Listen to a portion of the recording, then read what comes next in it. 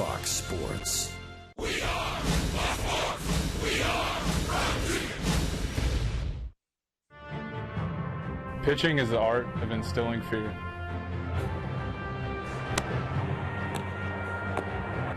Sandy Koufax.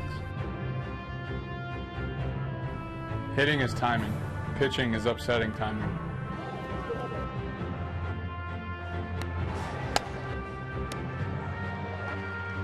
Warren Spahn. Pitchers, like poets, are born, not made.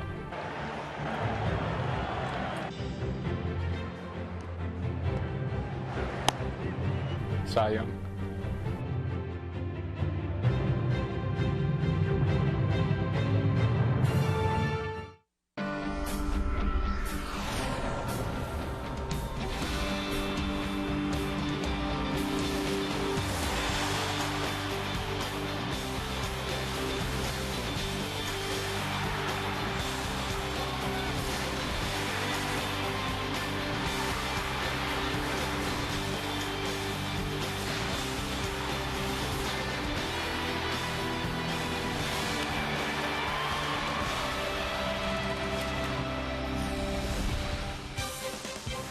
It's time for Dodger Baseball.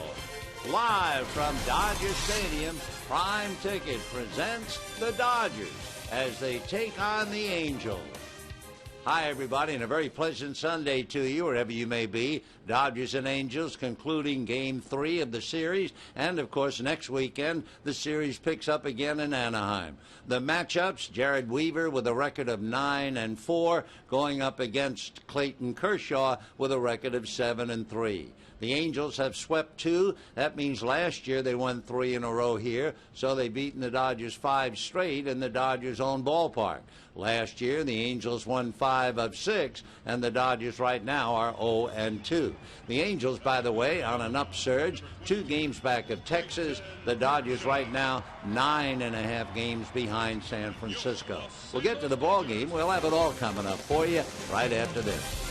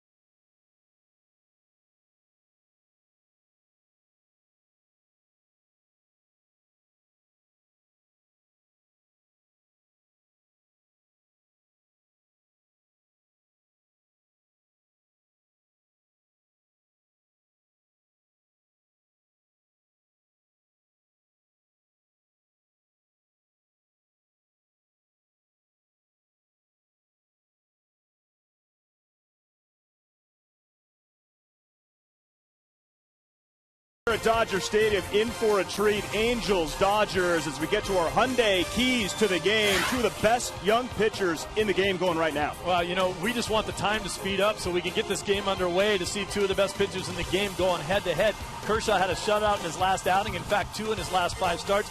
Weaver might be a guy right now that might have a few more weapons with all the different pitches that he throws up there. But Clayton Kershaw, with a predominantly right-handed hitting lineup, if he can keep his fastball in the outer half and then use that slider down and in, if he's got both of those pitches going, it could be devastating today. Well, Steve, from a fan's perspective, this is what makes baseball great. From a hitter's perspective, maybe you expect your numbers to go down a bit. I got a little bit of a hammy today. I probably can't start today. I'll be all right tomorrow. Right. I just can't go today. Really That's what tough. I'd say if I was the second baseman. Yeah. Get me out of this one. All right. It's going to be exciting. So sit back, relax, and enjoy a great matchup between two of the best young pitchers in the game. We'll see you afterwards.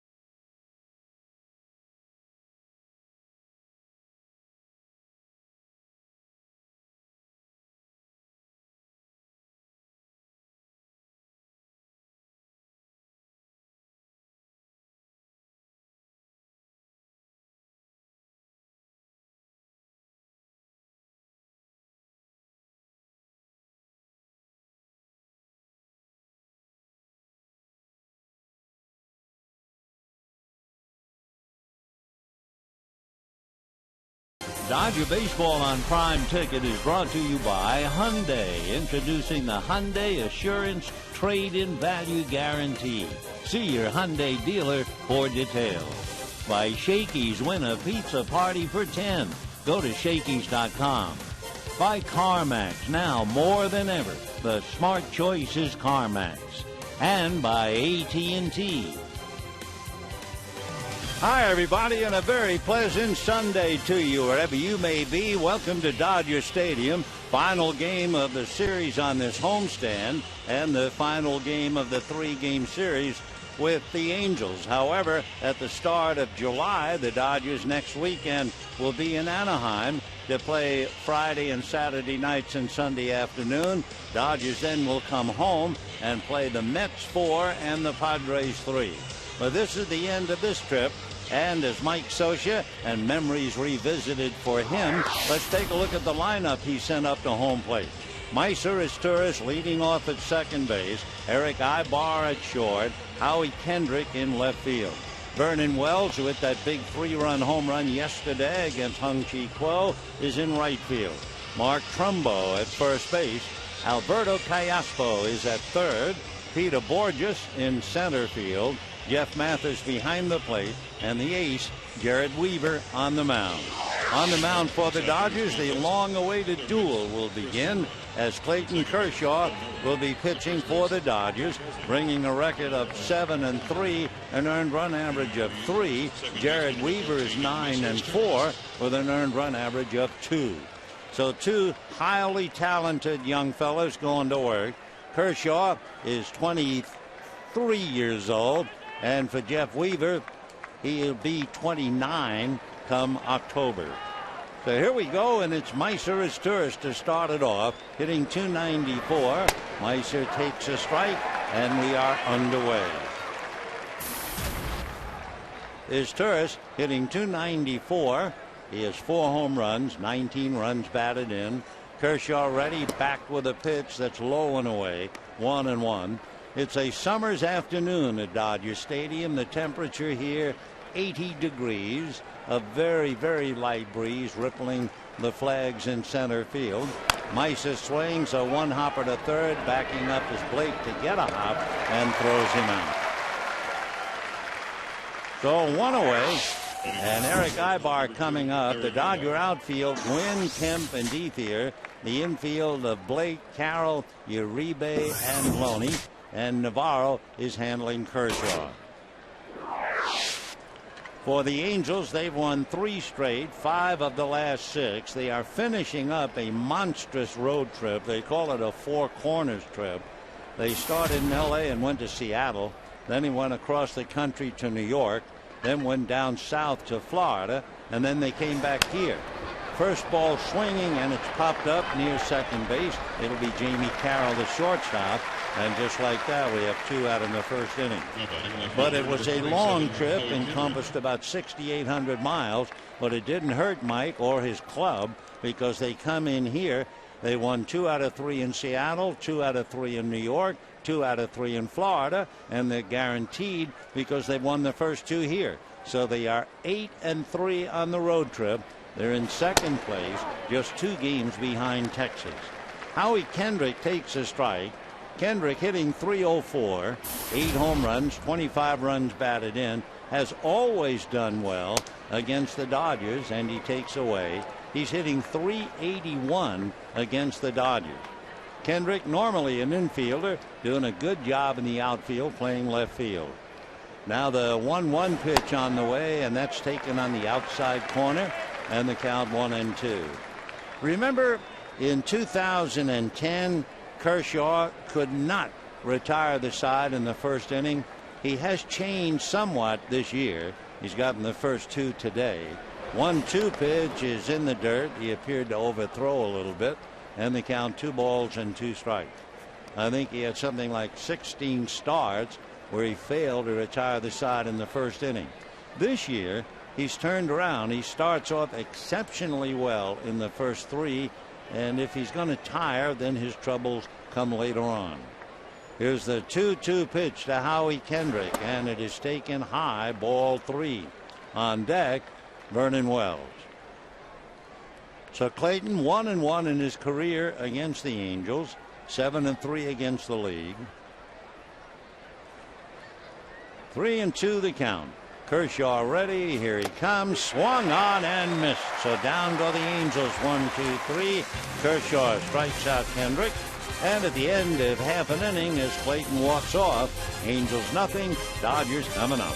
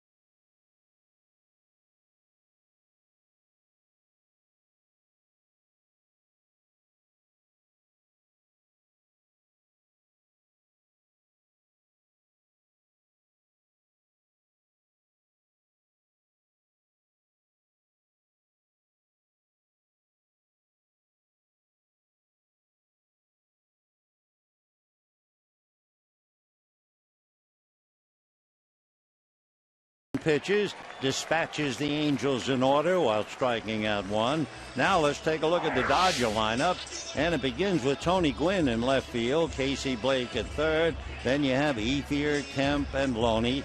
Uribe at second, Navarro the catcher, Jamie Carroll at short, and Clayton Kershaw on the mound.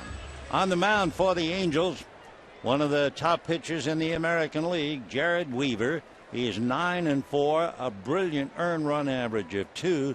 He is 2-1 here at Dodger Stadium. And the right-hander delivers a bunt up along third. Fair ball, no pickup as Callaspo tries to make the play, and Tony Gwynn is aboard.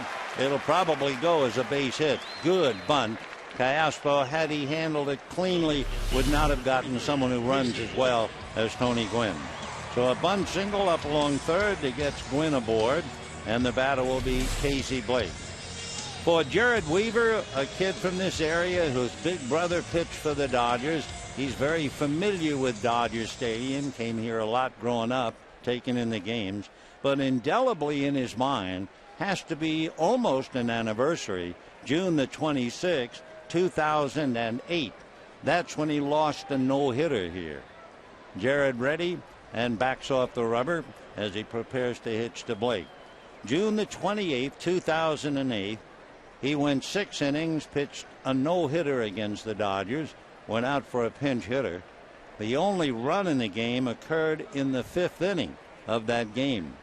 Weaver said, looks over at first, comes back to his hitter, and he's low, 1 ball and no strike. Matt Kemp in the 5th inning of that game cued one up along first base, a lot of spin on it. Weaver was unable to pick up the ball.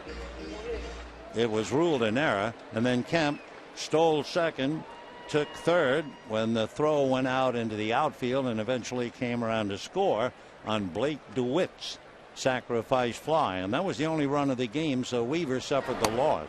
The pitch in for a strike. The other pitchers in that game, Jose Arredondo pitched the 7th and 8th without allowing anything. Jonathan Broxton came in relief of Chad Billingsley along with Takashi Saito, and the Dodgers won a game in which they were no-hitted. 1 ball and 1 strike to count to Casey Blake.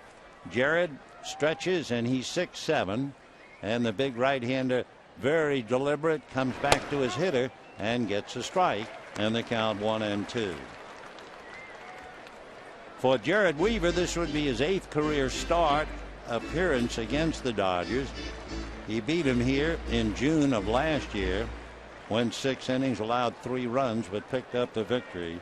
He is 2-1 here at Dodger Stadium. He has 3 straight wins, and he's been brilliant. So the right-hander ready, and the 1-2 pitch coming up. Weaver again ready, over the top with a fastball very high, and the count 2-2. Naturally, you are deliberate when you have somebody like Gwynn over there at first base.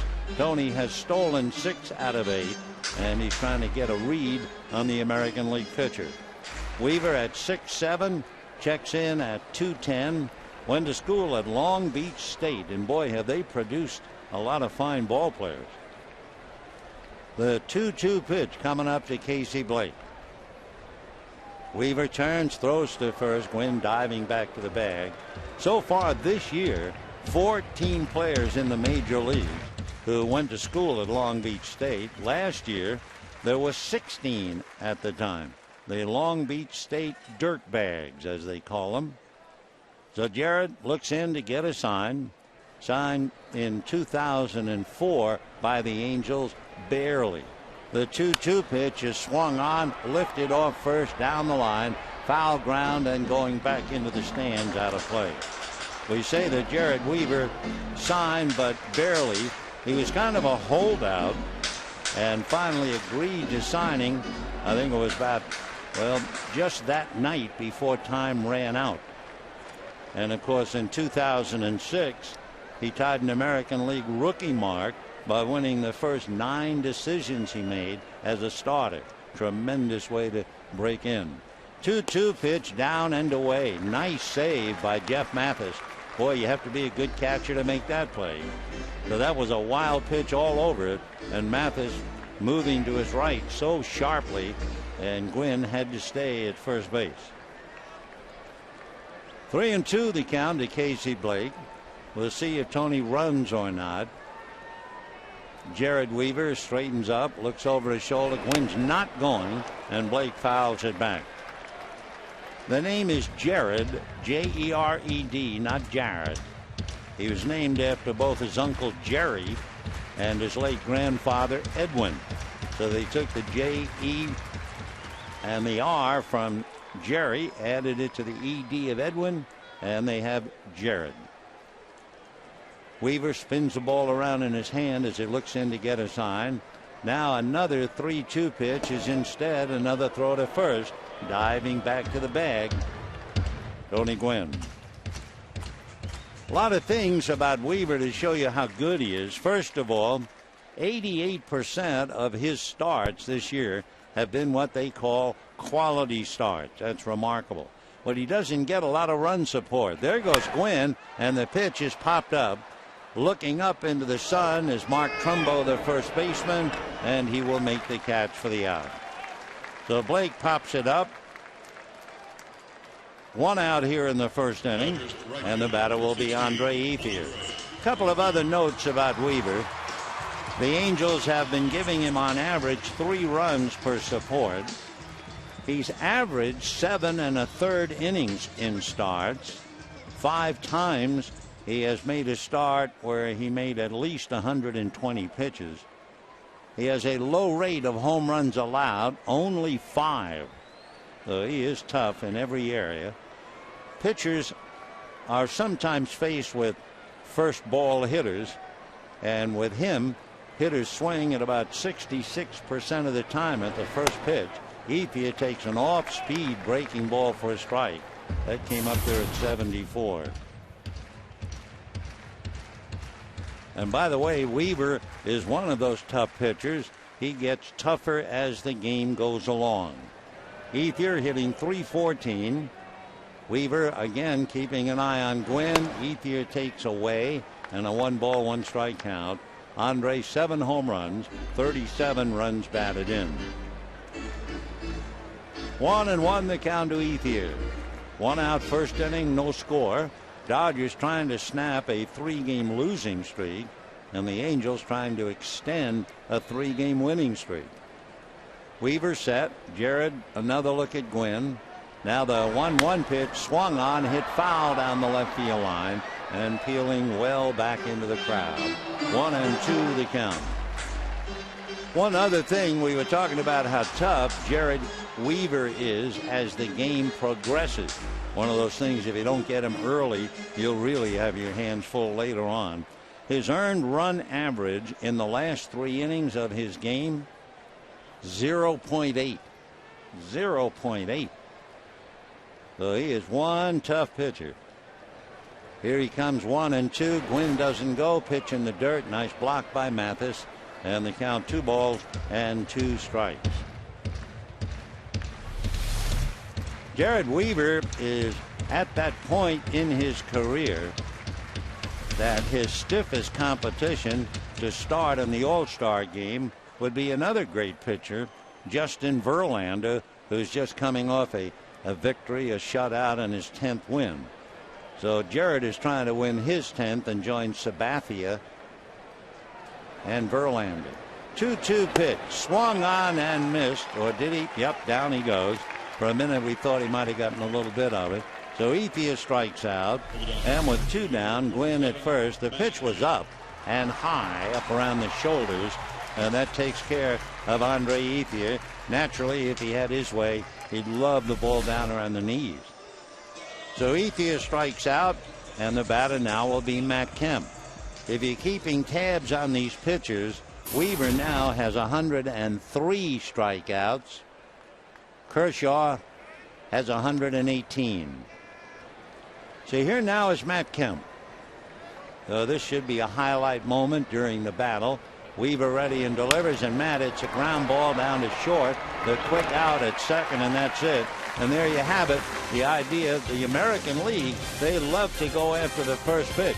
Matt Kemp did and came up empty, and at the end of an inning, no score.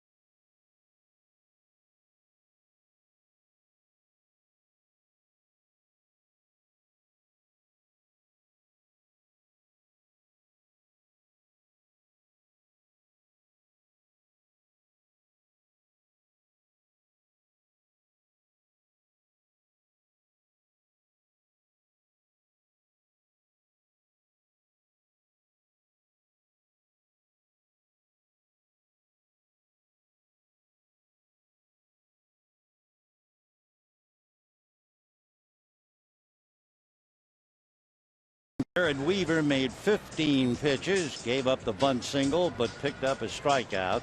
So now in the second inning, Vernon Wells, Mark Trumbo, and Alberto Callaspo for the Angels. Vernon Wells the third, to be exact. In fact, he's been Vernon the third since he was 10 years old. And the first pitch to him is taken for a strike, 0-1. Because of the third tacked on at the end of his name, he's had nicknames like V-Dub or 3 times. Here's the strike one pitch to 3 times, and he takes it high. 1 time was enough yesterday. The home run with 2 men aboard. 3 times they scored on that swing. So Vernon Wells the third. He also has 3 Gold Gloves. Right-hand hitter takes away, and a 2-ball 1-strike count. Vernon's out of Shreveport, Louisiana, but he lives in Texas now. He was originally a first-round pick by the Blue Jays. 2-1 pitch to Vernon. Swung on, lifted foul off to the right. Over to take a look is Navarro, but it's back into the stands, a good half a dozen rows. For Vernon Wells, his father once played for the Calgary Stampeders in Canadian Football League. His dad was a wide receiver at Texas Christian University and the Kansas City Chiefs. And by the way, his father is a brilliant artist. 2-2 pitch on the way, swung on and missed, and the artistry of Clayton Kershaw sends Vernon back empty-handed. Strikeout number 2, and the batter now will be Mark Trumbo. Clayton Kershaw, with his credentials, you know, since 1901, only 5 pitchers in Dodger franchise history have finished the top 10 in ERA at the age of 21 or younger. He's one of that notable 5. The left-handed delivers, fastball, pop foul behind the plate. Navarro has a play and squeezes it for the out. So we have 2 down in the second inning. Ralph Branca in 1947, Don Drysdale in 1956, Don Sutton in 1966, Fernando Valenzuela twice, 1981 and 82, and Clayton Kershaw twice, 2009 and 2010. So both of these pitchers really broke in with a bang. No surprise that they are stars. And the pitch with 2 out to Alberto Callaspo is a strike, and the count 0-1. Callaspo, a switch hitter, batting right-handed. Clayton ready in the strike one pitch, waved at and missed, and the count 0-2. So Kershaw, 10 pitches in the first inning, and trying to get through another quick inning as he works on Callaspo.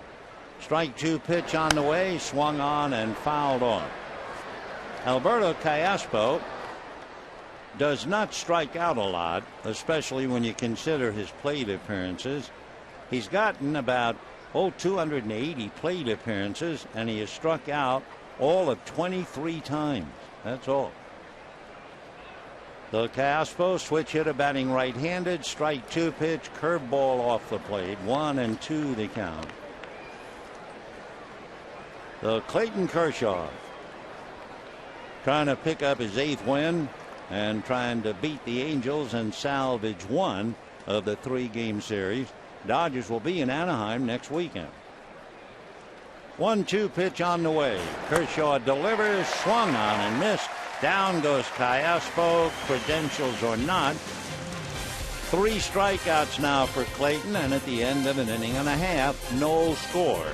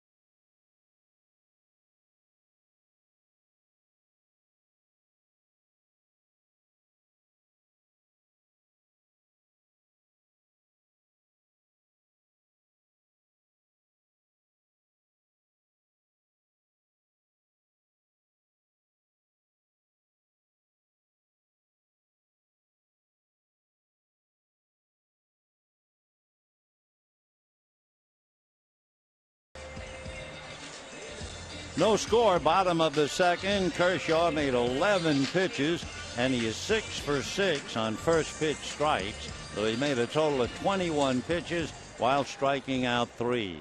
Jared Weaver now going to work on Loney, Uribe, and Navarro. No score, bottom of the second inning. If there was a little bit of a surprise early, it occurred in the first inning for the Dodgers. Weaver into the windup. Big fella ready, whips one in there, and it's promptly banged right out at center fielder Peter Burgess. So 1 pitch and 1 away. So the Dodgers are acting like American League hitters. They're going after the first pitch. But the little bit of a surprise, the fact that in the first inning, Tony Gwynn had a bunt single. Now, if you look at the background of Jared Weaver, he is 6'7". So there's an awful lot of movement before the ball eventually makes its way to the plate. And the first pitch in for a strike to Uribe. Opposing base stealers have stolen successfully 81% of the time against Weaver. Strike 1 pitch off the plate.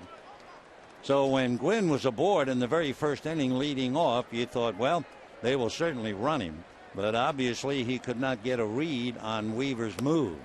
The pitch of the plate swung on and missed, and the count 1-2.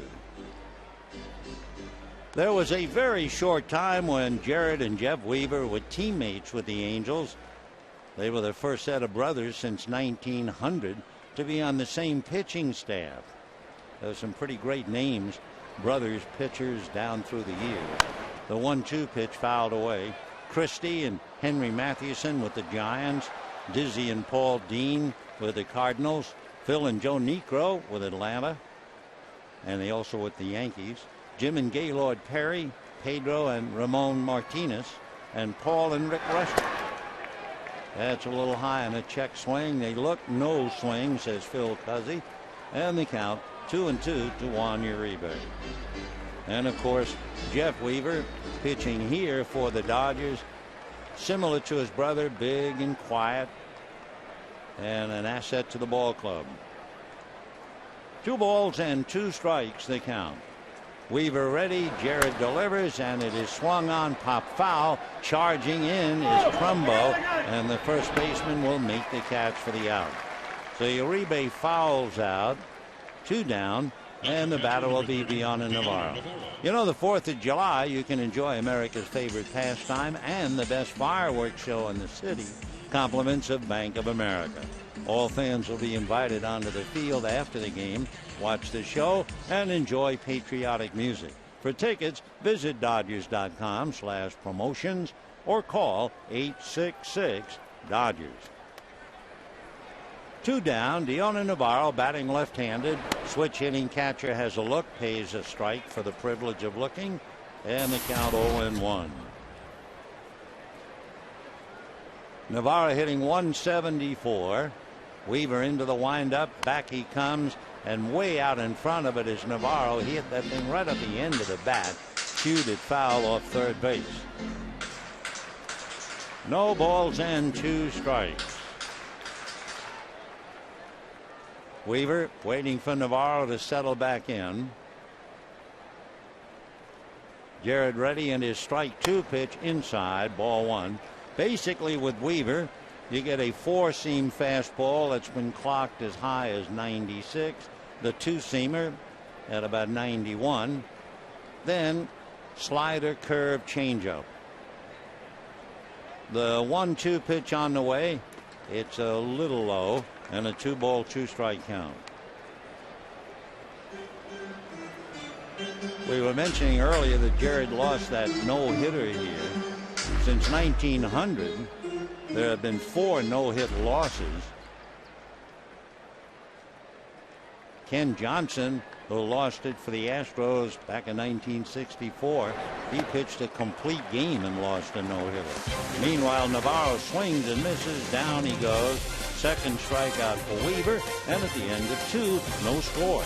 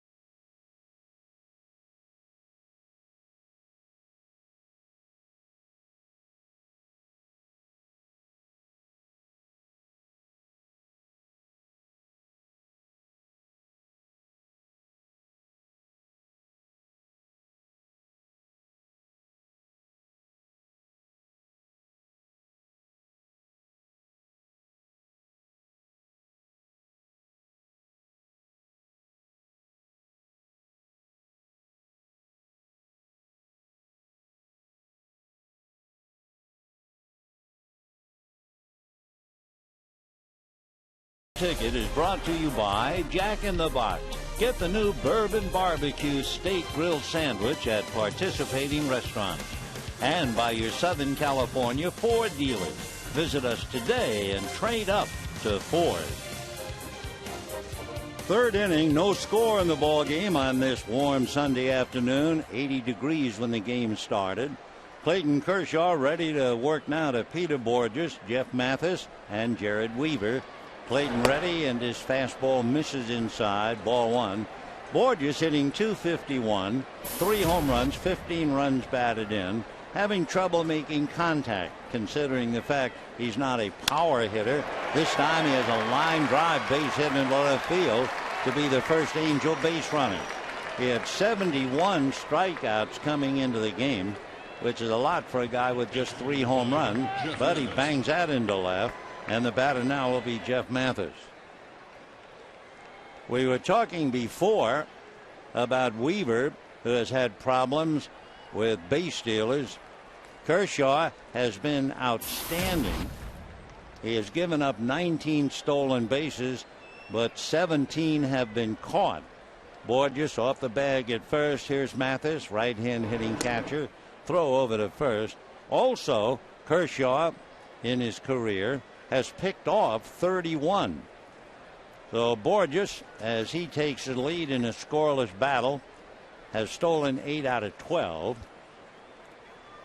Clayton just staring at him as he goes to that high stretch, both arms fully extended. Now to Mathis, and gets a strike.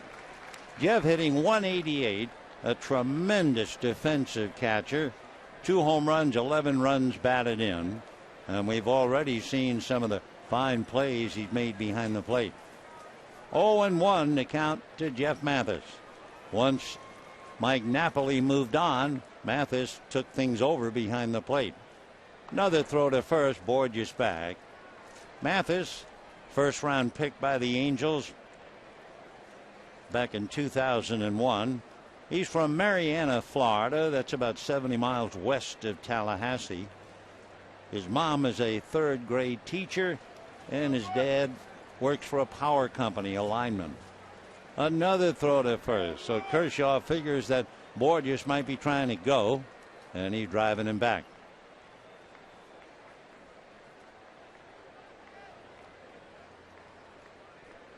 So Mathis waiting, 0-1 to count. Borges off the bag at first. Kershaw again, both arms fully extended over his head. And the strike one pitch, fastball grounded to short. The feed for 1. They'll turn it for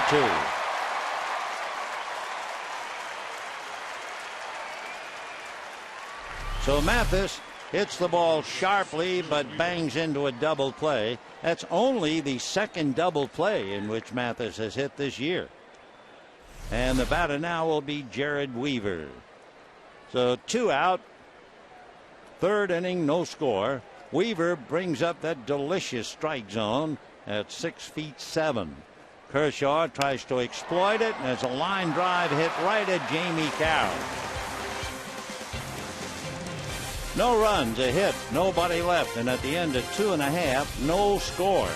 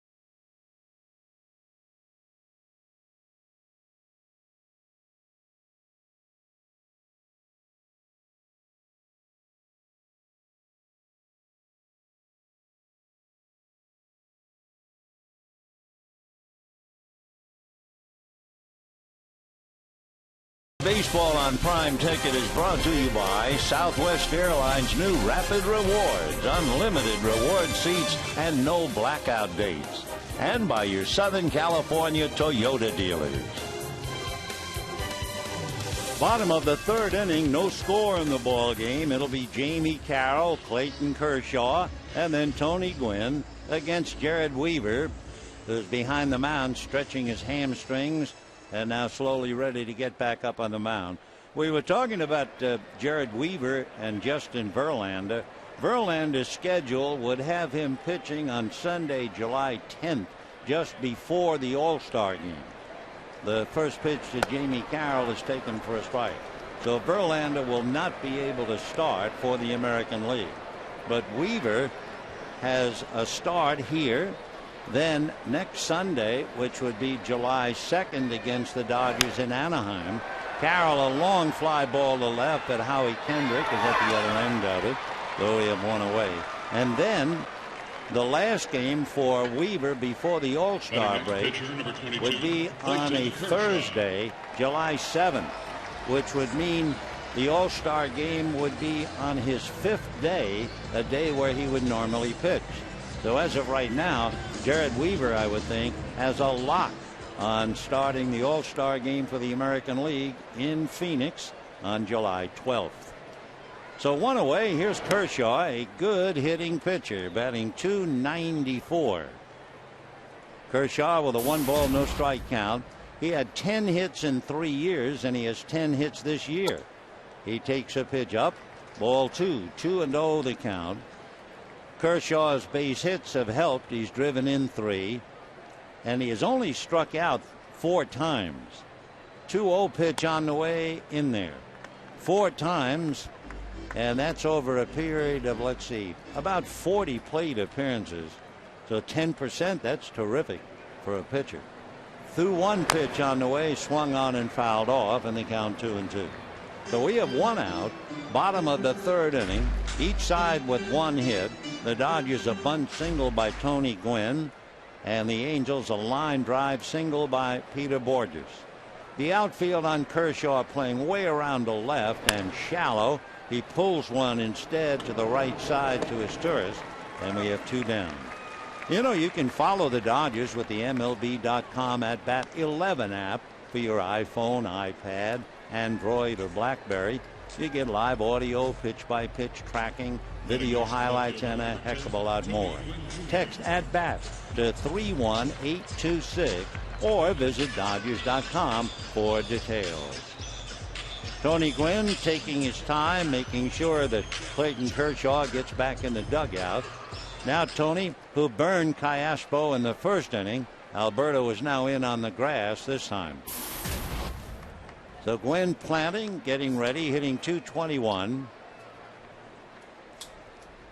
Interesting, they share the same birthday, and the pitch to Tony Gwynn in for a strike. Weaver and young Tony sharing October the 4th. The strike 1 pitch on the way is off the plate, and a 1-ball, 1-strike count. Jared Weaver, a remarkable pitcher. And by the way, earlier we talked about the fact he had a lot of trouble with base stealers. The 1-1 pitch up and in, ball 2. He has been working very, very hard. Last year they stole 27 bases against him, but this year they've only stolen 6 so far. 2-1 pitch, swung on, pulled on the ground to Trumbo. He'll walk it to the bag and then keep on walking to the dugout.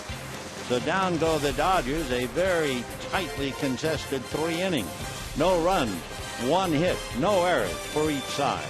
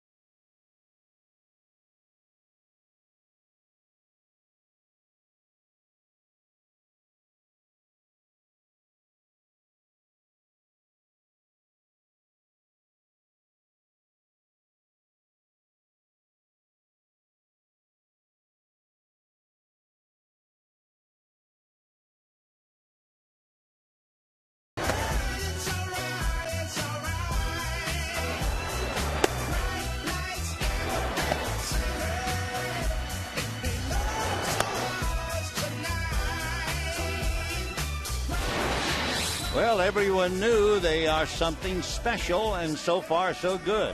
One hit for each side. A little more pitches for Jared Weaver, and Kershaw ready now. Makes his first pitch to his tourist, in for a strike. 0-1. Meiser grounded to third in the first inning.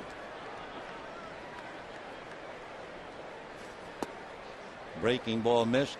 Hitting .292. Meiser with 4 home runs, 19 runs batted in.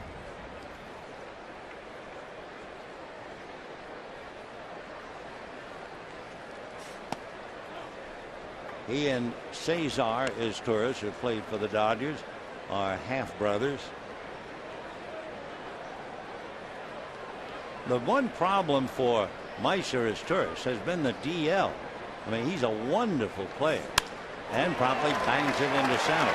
He's 5'8", 165 pounds, and his problem, he's made 9 trips to the disabled list since 2005, including 3 trips last year. But boy, when he is healthy, he's quite a package. So the base hit by his tourist will bring up Eric Ibar.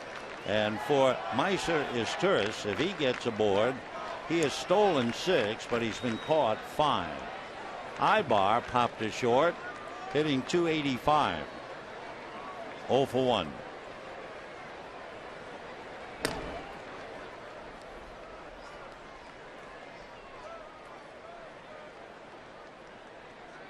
Ibar with good running speed.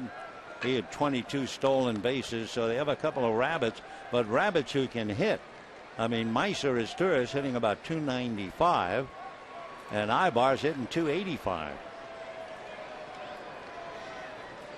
He shows bunt, and it's foul, and the count 0-1. Ibar has sacrificed 8 times in that number 2 slot, so he can do it all. Eric is 5'10", 170 out of the Dominican. He is 27 years old. And what he did growing up in the Dominican, he watched every movement that Rafael Furcal made and tried to duplicate and emulate. 0-1 the count, Eric. You may remember the Dodgers had Cesar as tourist and Meiser is at first. Eric is the younger brother of Willie Ibar, who played with the Dodgers as a prospect. 0-1.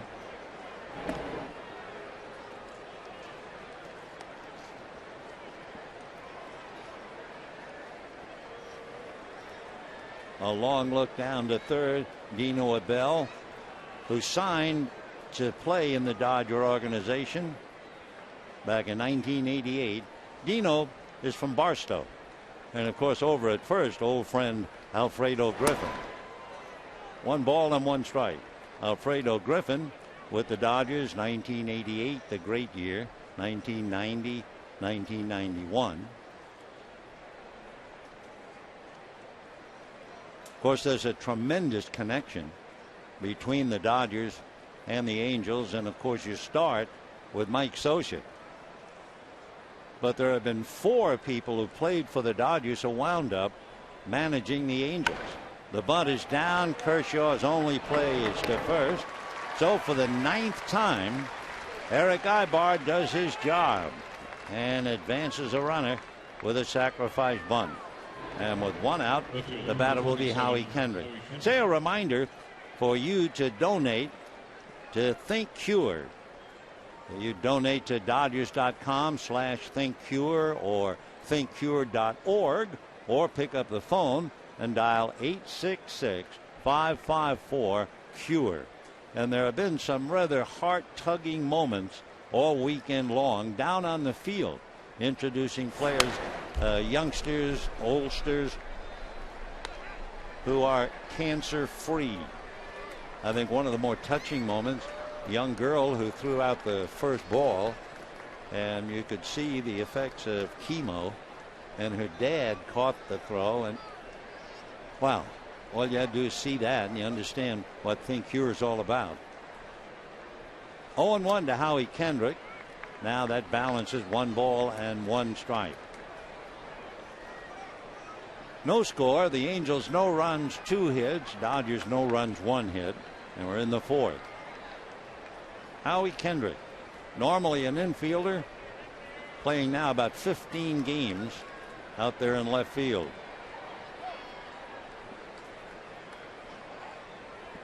When you look at Howie Kendrick and you say, well, how many walks does he have? He's walked 19 times this year. He doesn't walk a lot compared to his plate appearances.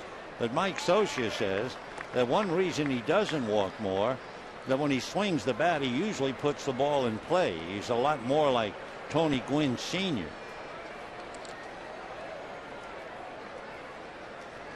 Howie out of Jacksonville, Florida, trying to pick up Meiser Izturis from second base.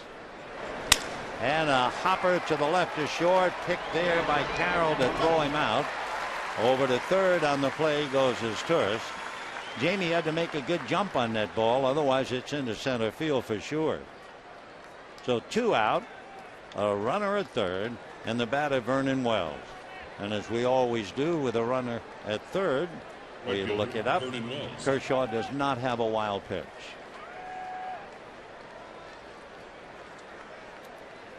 So Vernon Wells, big man last night or yesterday afternoon when he hit that 3-run home run. That was his 8th of the year. And he's perking up a little more than 3 weeks now. He's hitting more like Vernon Wells. 0-1 the count. Earlier he was hitting like H.G. Wells, and you have to really go back to remember that name. 0-1 the count to Vernon. And he fouls it back. What has slowed Vernon Wells down is the fact right-hand pitching is really giving him a bad time. He's hitting just 168 against right-handers, hitting a solid 293 against left-handers, but he struck out against Kershaw in the second inning. So Izturis at third, 2 out, 0-2 the count to Vernon Wells. Ball 1.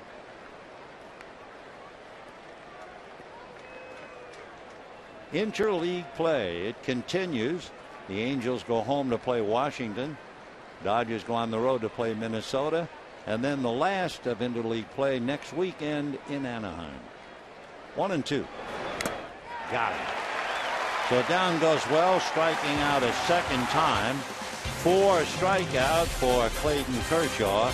No runs to hit, a man left. He ended 3.5. No score.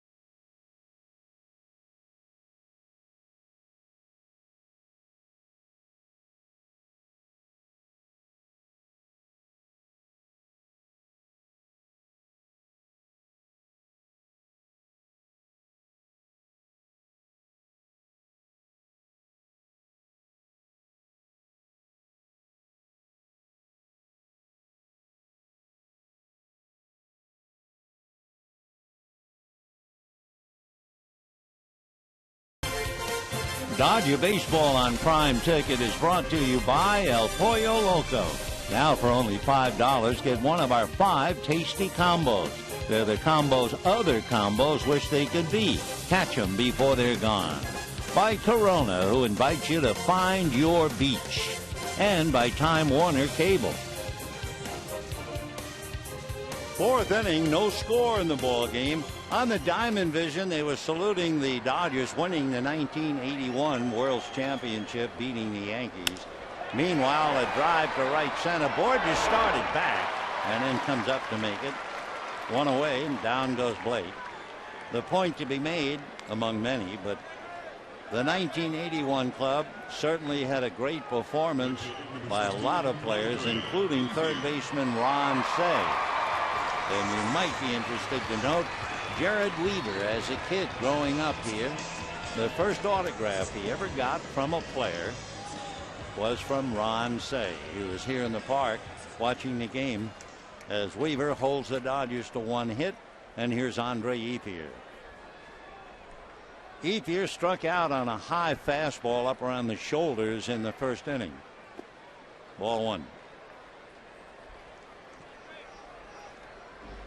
Ethier batting .313, struggling against Weaver, which means he joins a long list of distinguished players who have struggled against Weaver. Way out in front of an off-speed pitch that got up there at 72.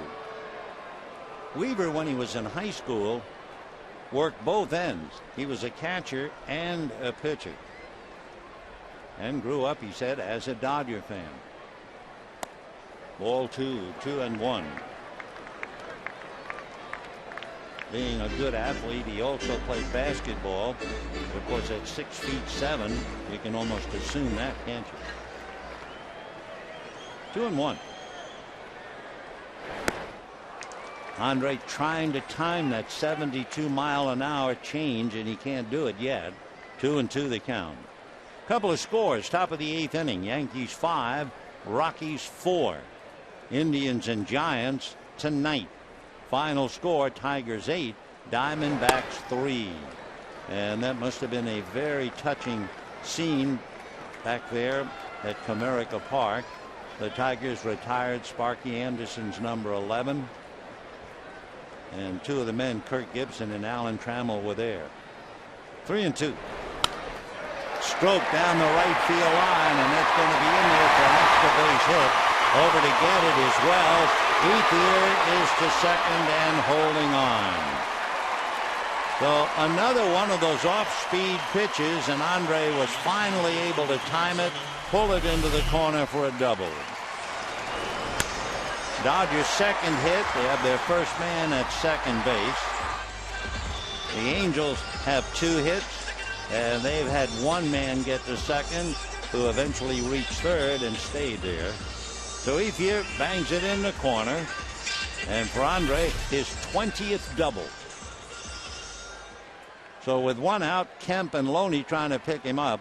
It'll be interesting how much they want of Matt Kemp. Kemp before the game 2 for 7 against Weaver.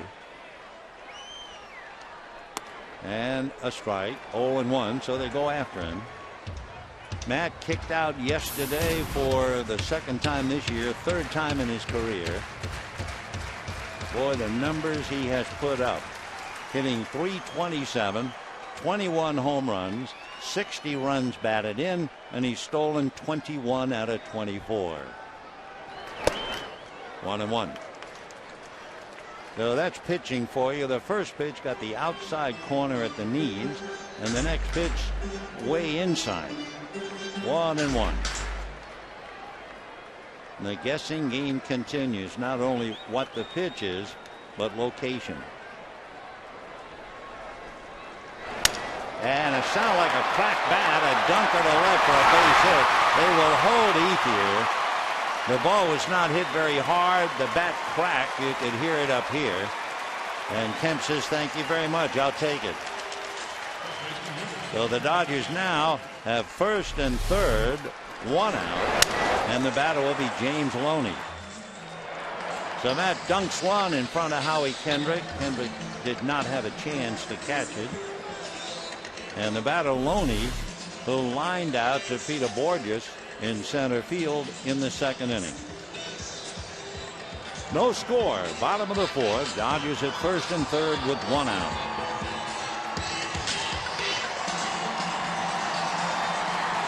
Loney was hitting .412 coming into this game against Weaver. He was 7 for 17. And he lined out 7 for 18.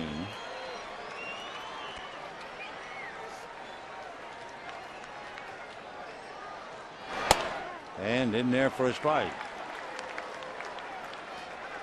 Loney, in case you're thinking that way, has grounded into 4 double plays.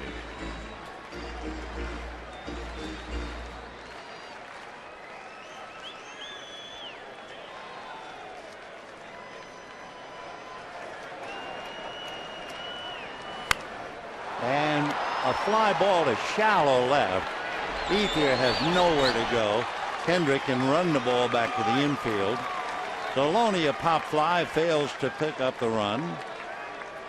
And they leave it up to Uribe, who fouled out in the second inning.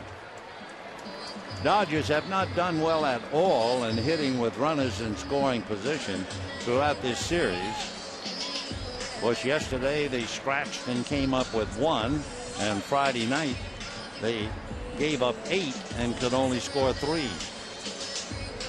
So they lose the opportunity on the pop fly. Now let's see if Uribe can do it. He fouled out to Trumbo in the second inning. No score. 4th inning. Dodgers at first and third with 2 out.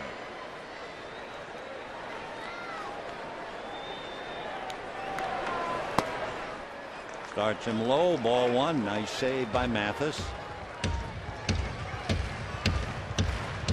For Weaver, in comparison to Kershaw, Kershaw does not have a wild pitch. Jared Weaver has 4. They also have to worry about Kemp. 1-1. Matt Kemp, 21 out of 24. The Dodgers so far, to illustrate the point of hitting or not hitting with runners in scoring position, they are 3 for 17. That would be a 176 batting average with runners in scoring position. 1-1 to Uribe. A fake and a look.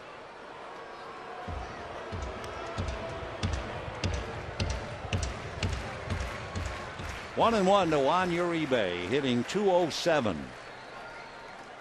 4 home runs, 23 runs batted in.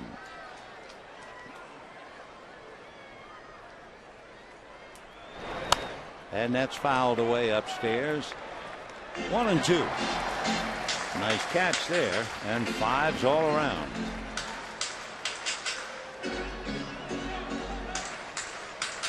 Uribe trying desperately to find the form that gave him 24 home runs last year for the world champion Giants.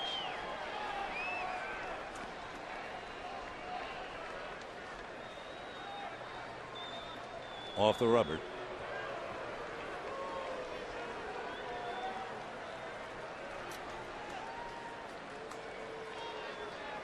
One and 2 the count with Kemp at first, Ethier at third, 2 out. No score. Boy, that fastball little high. Got up there at 91. 2-2 the count.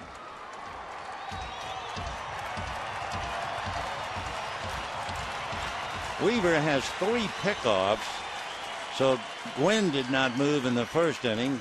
Kemp cautious off the bag at first. 2 balls, 2 strikes.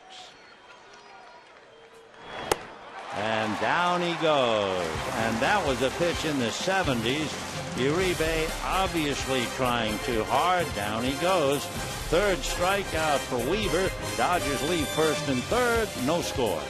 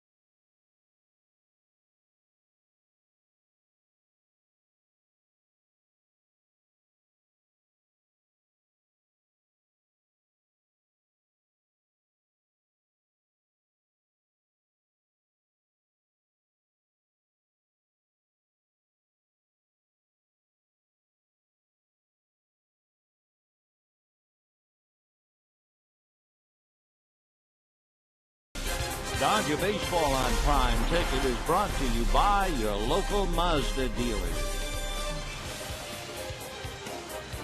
Fifth inning, no score in the ball game, but there is a huge difference in the series between the Dodgers and the Angels. When Uribe struck out with runners at first and third, that meant the Dodgers are now 3 for 18 with runners in scoring position. That's a paltry 167 batting average. The Angels, they're 7 for 12. That's a 583 batting average and a whale of a difference. Ball one to Mark Trumbo. Trumbo, 13 home runs, 32 runs batted in. Ball two. Trumbo was the Angels minor league player of the year last year. Born in Anaheim, though born to be an Angel, lives in Orange. He was an 18th round pick 7 years ago. That's a strike. 2-1. He signed a letter of intent to go to USC. His dad's a big SC fan, but at the last minute, the Angels signed him as a third baseman. Fouled away, which was a surprise because most scouts had Trumbo pegged as a pitcher. But during the summer of 2004, they got more excited about the way he was swinging the bat, so they signed him to play first and or third.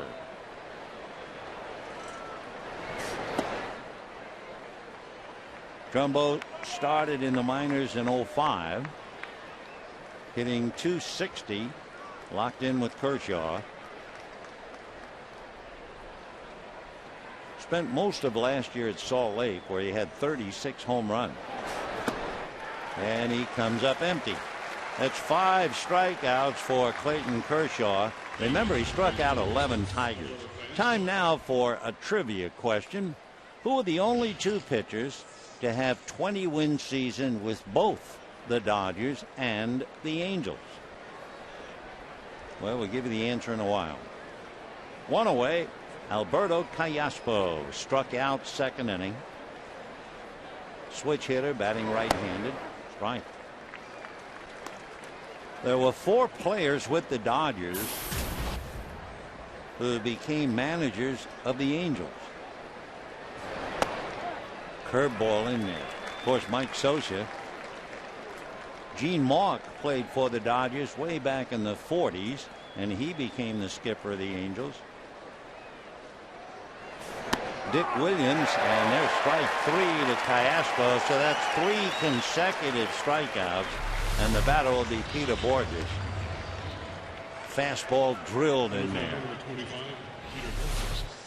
Besides Scioscia and Mauch, Dick Williams, who is in the Hall of Fame, had great years at Baltimore. He managed the Angels, and Dick played the outfield for the Dodgers from 1951 through 54.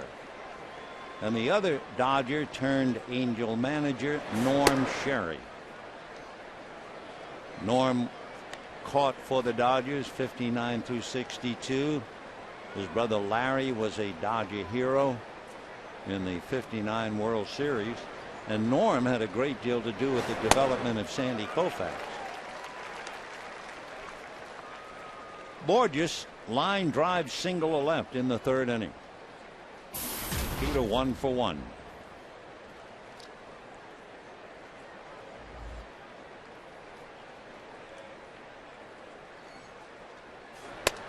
Off the plate. The Angels had a rally, but they left Izturis at third in the 4th inning. They also had Jeff Mathis ground into a double play, but that's not news for the Angels. They're number 1 in grounding into double plays. That's a strike.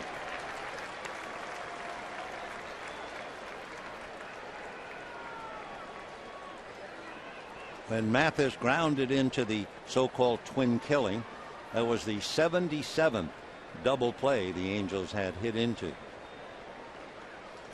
Fastball. Well, All Clayton does is strike out the side. He has 7 strikeouts in 5 innings and walks off with nothing really except no score.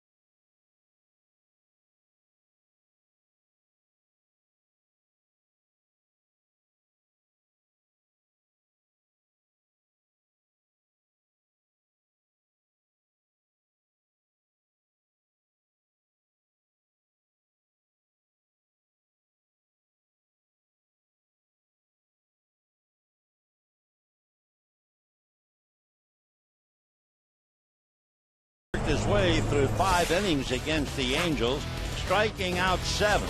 And here are the guys who bit the dust. Howie Kendrick. Then he got Vernon Wells. Followed that with Alberto Callaspo. Later on, he nailed Vernon Wells again and then struck out the side. Messrs. Trumbo, Callaspo, and Borges. So we're heading for the bottom of the 5th. Clayton headed for the dugout with 7 Ks. And the first pitch fouled away by Diana Navarro. Clayton Kershaw made 14 pitches, so he's now made 55 pitches in his 5 innings. Weaver made 55 pitches in his 4 innings. One thing is happening, it's a joy. We are not disappointed. A lot of times you get wonderful pitching matchups, marquee names, and nothing happens. But today we're seeing it. Kershaw battling Weaver.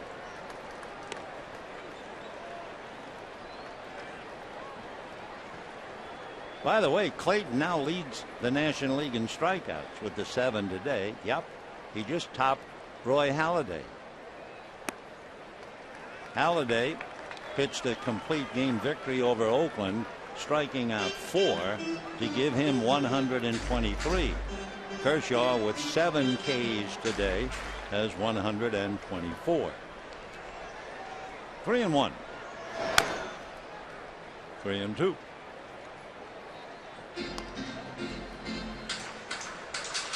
The Angels had a leadoff run of Borges in the 3rd inning, but he was doubled up. They had Esteuris a leadoff single, and he got as far as 3rd. Dodgers had 1 golden opportunity, 1st and 3rd, and 1 out.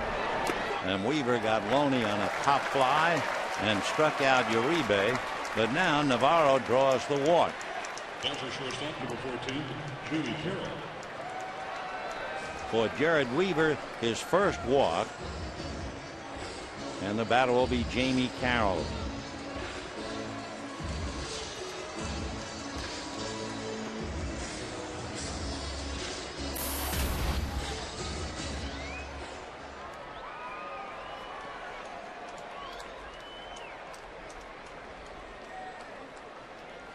Jamie flied to left in the 3rd inning. He has Clayton Kershaw on deck.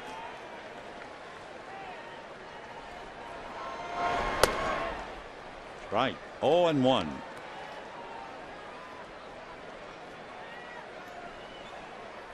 Jamie hitting .298. He has 8 runs batted in. He has struck out 33 times in about 280 at-bats.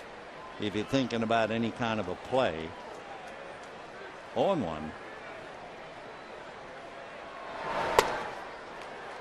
1-1. Navarro is barely taking a lead at first base. But for the moment, he's on the bag. 1 ball and 1 strike. This is a big pitch. If he misses and the count goes 2-1, there might be a play. Short lead by Navarro. No, it's the other count, 1-2.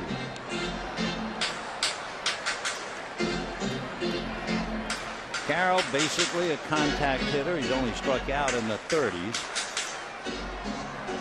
You have Kershaw on deck and then Tony Gwynn to lead off. No score. Bottom of the 5th inning. It's push against shove here today for sure. Kershaw and Weaver. Little flare, and it's going to land fair down the line. Over to get the ball is Vernon Wells, and the Dodgers have runners at first and third with nobody out, and Kershaw coming up. A modest thing and thine own, and Jamie Carroll will take it. Little pop fly single to right. By the way, we're delighted to say that on this Think Cure weekend, $286,419 have been raised. If you'd like to help us get to our goal of $350, you can donate to Dodgers.com/ThinkCure, ThinkCure.org, or you can call 866-554-CURE. All right, first and third, nobody out. The Angels have to play the infield in. And here's Kershaw. Clayton has 3 runs batted in this year. Ground ball to second. They hesitate. They go to the plate. And the tag is in time. For a split second, as Asturis fielded the ball, he turned at his upper torso. We didn't know if he was going to start going to second and give up the run.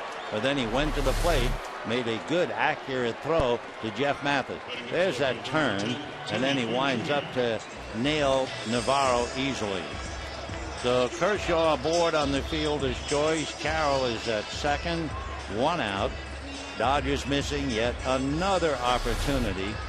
They are 3 for 19 with runners in scoring positions. And the batter now, Tony Gwynn. Tony bunted for a base hit in the first inning, and he has a look at Wallach before stepping in.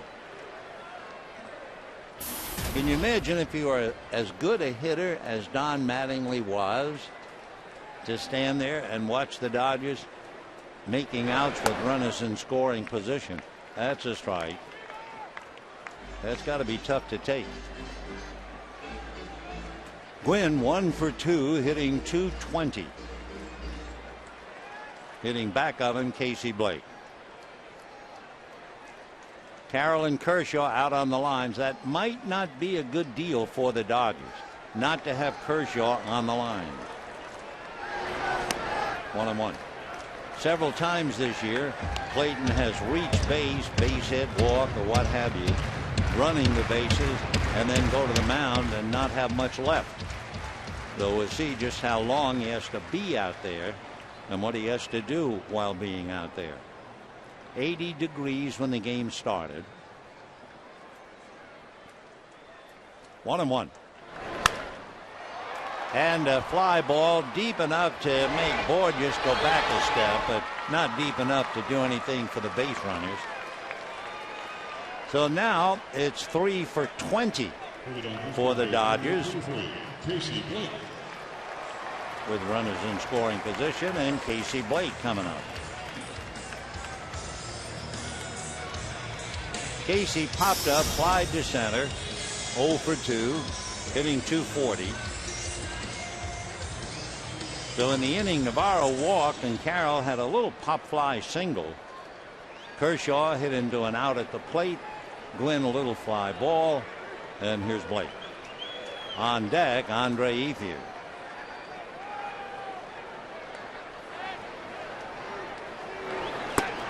Starts him low, ball one.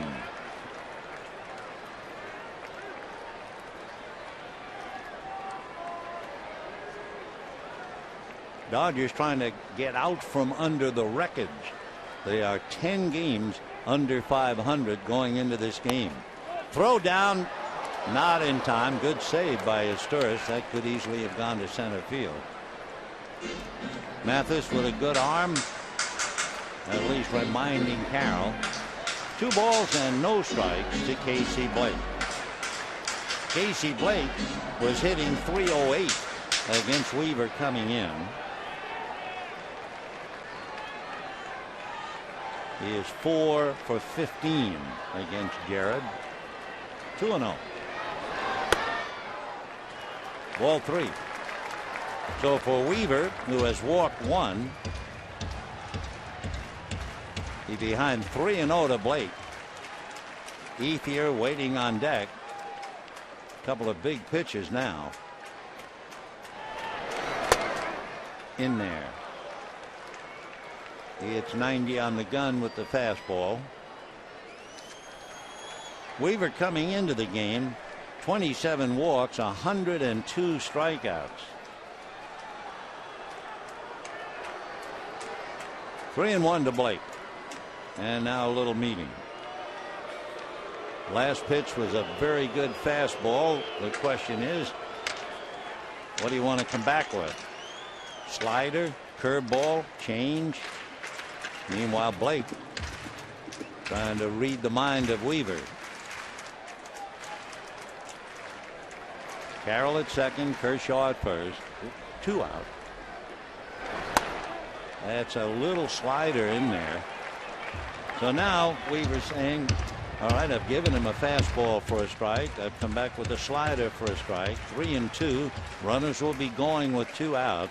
Will he rely on the fastball?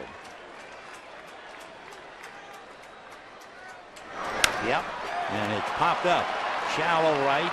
Over as Wells fighting the sun. Puts it away.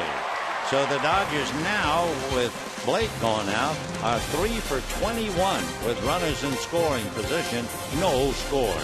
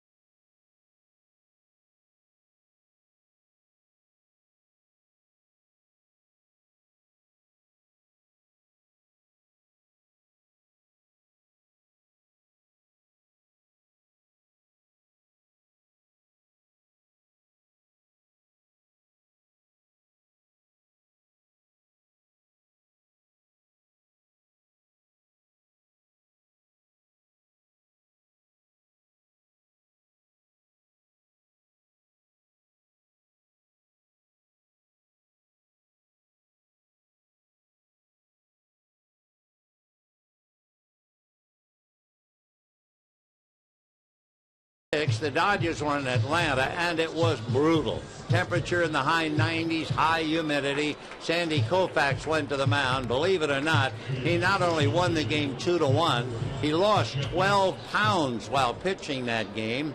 He wound up winning his 14th complete game in 18 starts. And by the way, he finished that year winning 27 games. Sandy Koufax, too good to believe. Let's go back to this one.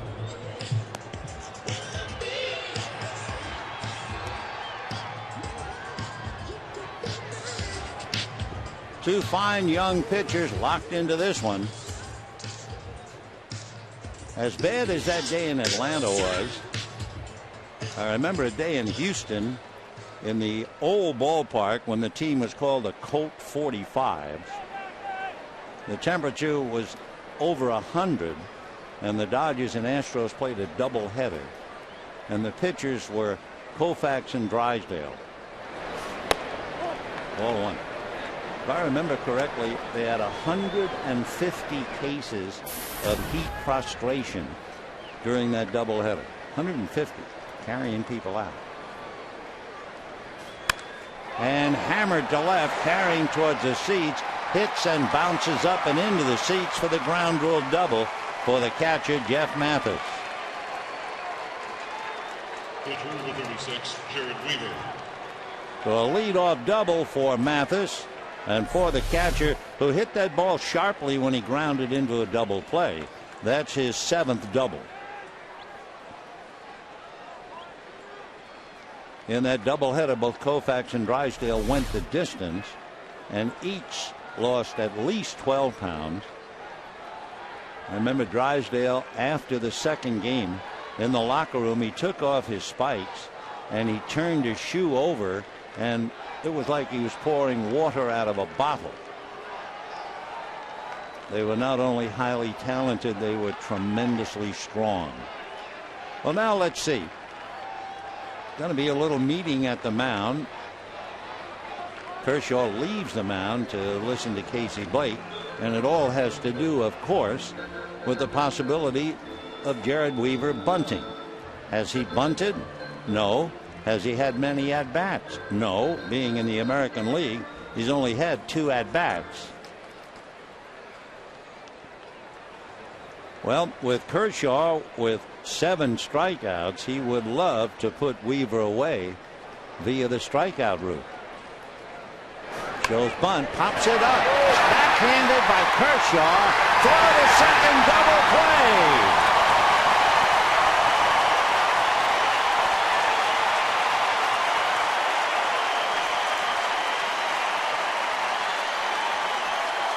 Clayton Kershaw makes a great grab of the bunt and has the presence of mind to fire it back towards Jamie Carroll to get the double play on Mathis.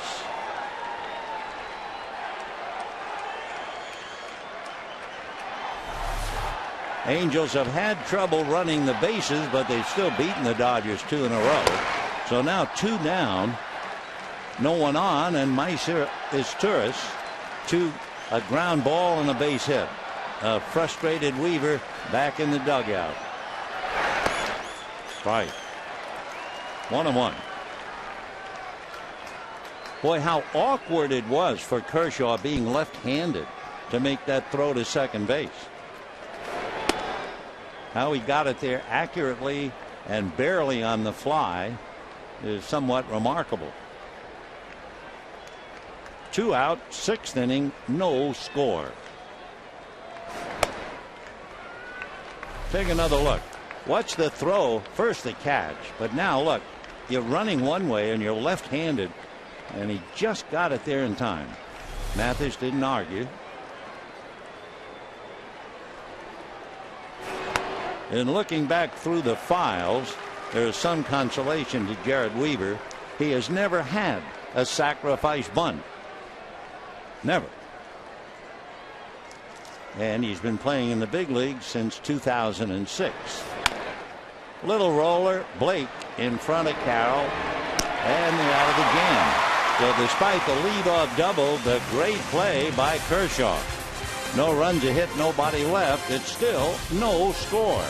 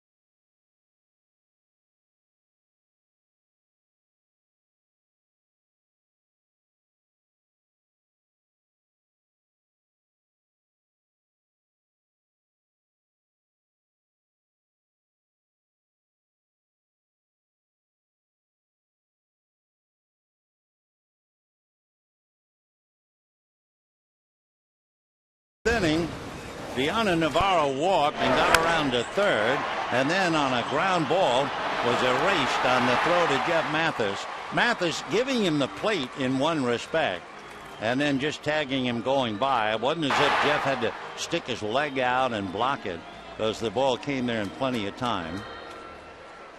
So Navarro's at the other end of being tagged out at the plate. It was a good play by Mathis, and then of course a rather spectacular play by Kershaw to keep the game scoreless. Clayton, by the way, made 9 pitches, so he's only made 64 pitches in 6 innings. Weaver has made 75 pitches in 5 innings. And now here comes the Dodgers with Ethier, Kemp, and Loney. Ethier doubled in the 4th inning. Got to third, way out in front. He's getting a lot of off-speed pitches. That was in the 70s. Weaver did strike him out in the 1st inning on a high fastball, but otherwise a lot of off-speed stuff. Of course, his changeup, they tell me, gets a lot of left-handers out in the American League. Back with the fastball, and then the hitter's late. So the change at about 74, and then he comes back with a 91-mile-an-hour fastball. 0-2 to Andre.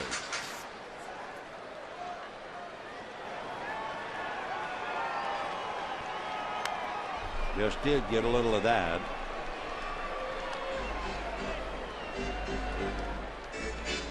Jared Weaver, the 29, October the 4th.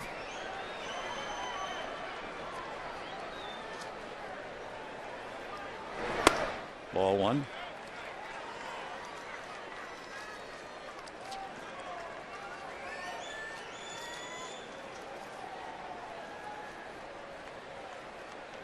One and 2 to Andre. 2-2. When Jared Weaver was at Long Beach State, he would listen to a kinesiology professor at Cal State Fullerton. His name was Ken Ravizza. And one of the things Ken Ravizza would do, he would take 2 baseballs and tape them together. One would represent the previous pitch, and the other the next pitch that you were going to make. 2-2. And that's promptly hit into center, base hit. The idea of taping the 2 balls together, he was saying to Jared, pretty hard to throw 2 pitches instead of 1, isn't it? In other words, forget about the previous pitch. Remember the trivia question, who are the only 2 pitchers to have 20 win seasons with both the Dodgers and Angels? Well, you're right. Bill Singer in 69 with the Dodgers, 73 with the Angels. Andy Messersmith going all the way back with the Angels in 71 and the Dodgers in 74. Well, here's Kemp. Ethier at first, nobody out. No score, 6th inning. Matt hit into a force play single allowed. By the way, that year, 1974, that was the last time the Dodgers and Angels both had 20-game winnings. Andy Messersmith for the Dodgers and Nolan Ryan for the Angels. 0-1 off the plate. Matt Kemp, remember, was involved in the no-hitter that Weaver and the Angels lost here. 5th inning of that game. Almost an anniversary, June 28th instead of today, the 26th. Matt squirted one off the end of the bat, and Weaver couldn't pick it up for an error. Matt eventually scored. 1-2. Weaver went 6 innings in that game, and the Dodgers' only run held up. 1-2 the count to Matt Kemp. Andre Ethier at first base. Ethier is no threat to steal.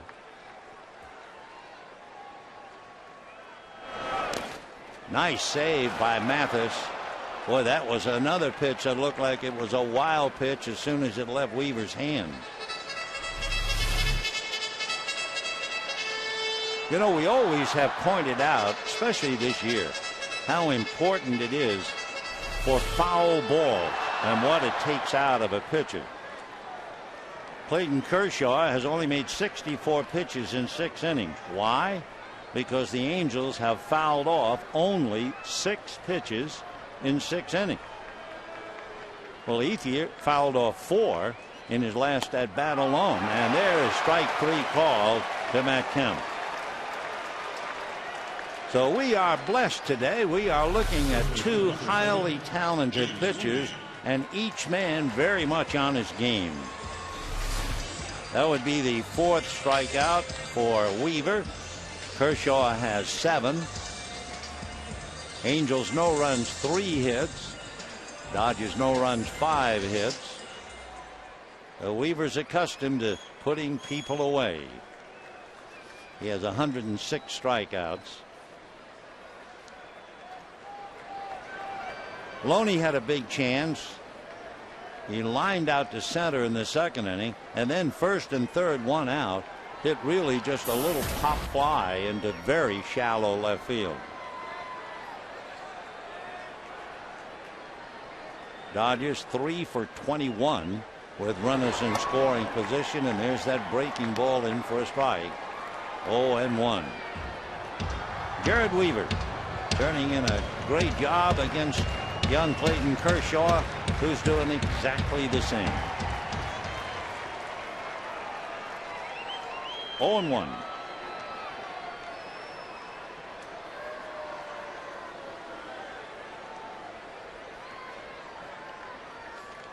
Fastball popped up. It will be eyeball. No, it's turf. Each man called, and then the ball drifted and decided the issue. So Loney pops it up. And with 2 down, Juan Uribe coming up. Uribe, like Loney, had a big chance. He came up with 1st and 3rd and 2 out in the 4th inning and struck out on a high fastball. Uribe 0 for 7 in the series, hitting .206, so he's fighting to stay above the old Mario Mendoza line. And he hits a high fly ball to left. Kendrick going back on the track, now on the grass. So just a long fly ball. No runs, a hit, a man left. And at the end of 6, no score.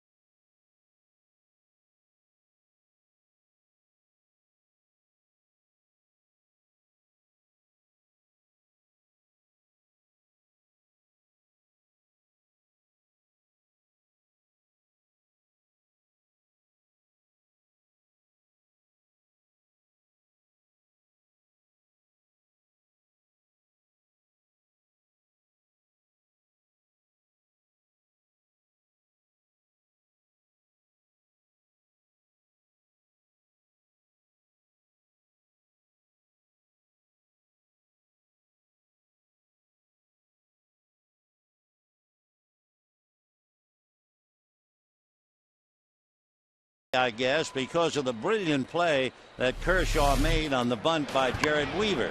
But baseball is learning now not to bunt on Clayton Kershaw. Case in point. Let's go back to April 21st against the Braves. Watch this play. And as if to prove it wasn't a fluke, let's go to April 26th in Florida. Another good bunt. A diving stop and on his knees got it man. So it could be we're seeing a very fine defensive player as well as the ability of pitching for Clayton Kershaw. Certainly two of the outstanding defensive pitchers the Dodgers have had, as good as anyone ever, I guess. Greg Maddux. And you know who was remarkable? Fernando Valenzuela. Now it'll be Eric Ibar, Howie Kendrick, and Vernon Wells in the 7th. No score. Weaver has made 90 pitches. Kershaw has made 64.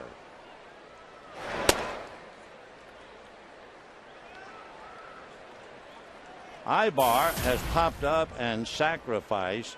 Remember, we told you he has 9 sacrifices, but he is also a very, very good bunter. We might see him try to lay one down.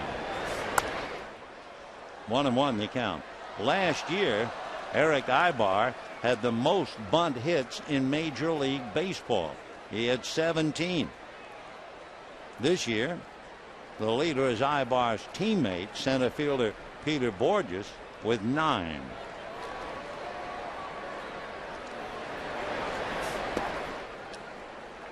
Two and one.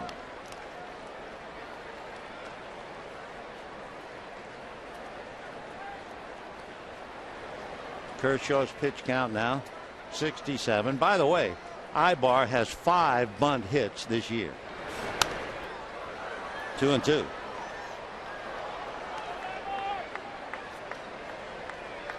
Eric Ibar, 5'10", 170, 27 years old. Been with the Angel organization since 02, came up in 06.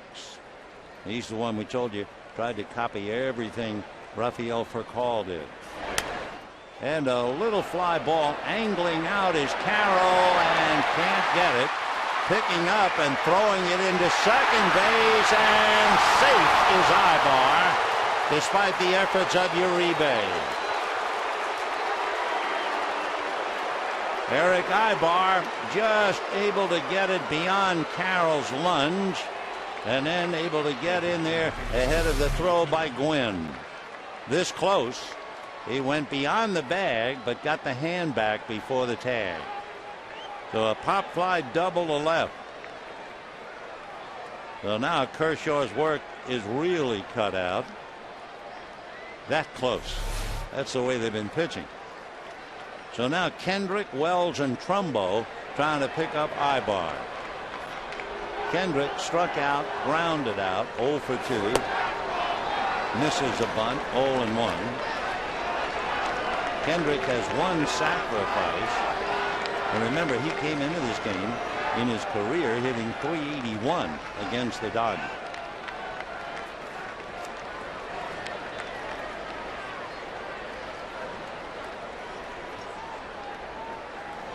The Angels lead the American League in infield hits and in bunt hits.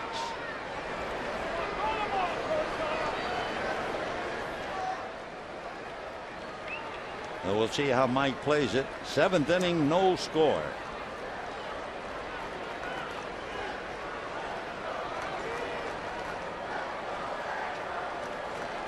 On 1. And that's going to be hit into center. Kemp is going to trap it but leave his feet. And so here comes the runner to score. If Matt hadn't gotten down, he would have certainly had the play on Ibar. In fact, if Matt doesn't go down, I don't think he would have even thought about sending Ibar in with nobody out. So Kendrick gets the single to center to cash in Ibar. Matt gets up. Good throw and a hair late. So Kendrick base hit, run batted in, and it's the Angels who break through 1-0 in the 7th inning. And for the Angels, it shows you how well they're doing. They were hitting .583 with runners in scoring position, and the Dodgers were just 3 for 21, and sure enough, they cash in the run as soon as they had the opportunity. So now a runner at second and nobody out. Wells, Trumbo, and Callaspo. For the Angels, they had gotten 4 leadoff men on base, and they finally got one home. Angels had Borges single opening up the third. Izturis single opening up the fourth. Mathis doubling opening up the sixth. Ibar doubling open up the seventh. And they get Eric home. 1-0 Angels, 7th inning. Each side with 5 hits. When the Dodgers come up in the bottom half, Navarro, Carroll, and Kershaw.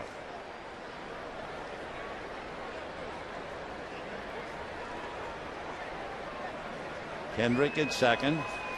Nobody out. Kendrick, a good base runner and good base stealer. He's stolen 8 out of 10. Davis, well, watch the pitch now to Wells. 1-2.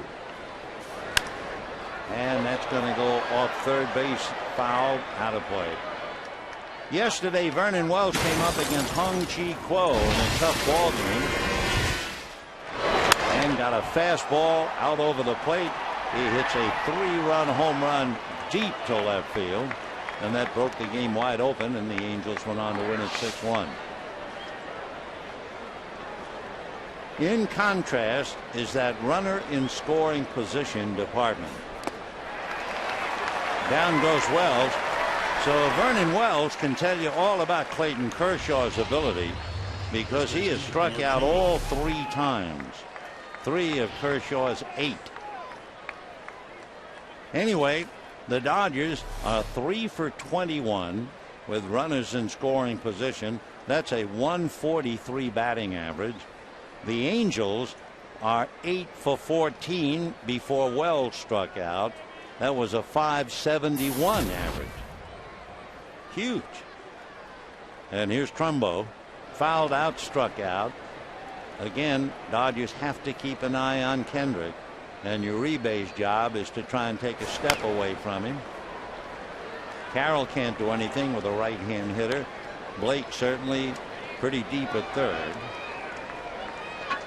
And Navarro going out to talk to Kershaw, maybe just to remind him about that runner out there.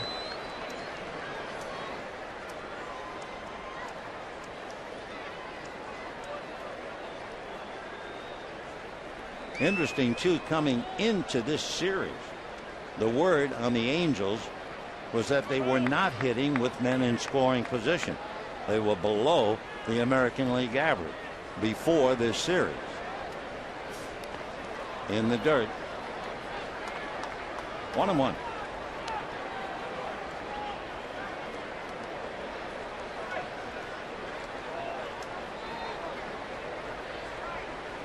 Kershaw, pitch count now mounting up a little bit to 78.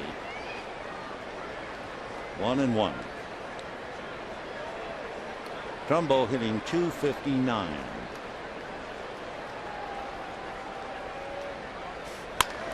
Pull foul. Boy, he was all over that pitch. 1-2 the count to Mark.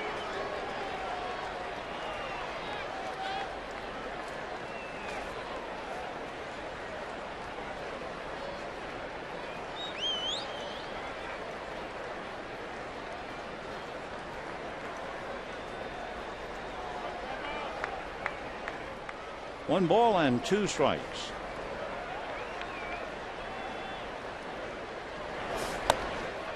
Trumbo, as a young power hitter, pays the price.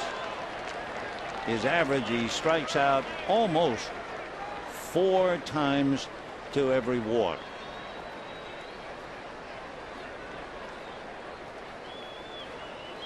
Kendrick at second. 1 out, a run in, 1-0 Angels. 2-2. Light breeze picking up. kind of blowing from right to left. It starts to go to left and it kind of dies out around straightaway center. 2-2. And popped up. Loney looking for help. Makes the catch. Boy, that was tough. You could see his sunglasses glistening. Not a cloud up there. That was a thoroughly professional play on this kind of an afternoon. Just did stay with it. Nice play. Kendrick nowhere to go. Stays at second as Loney spears it. And now Alberto Callaspo, who has struck out twice on this cloudless day. So Wells, Trumbo, and Callaspo, that's 6 strikeouts right there of the 8 that Clayton has.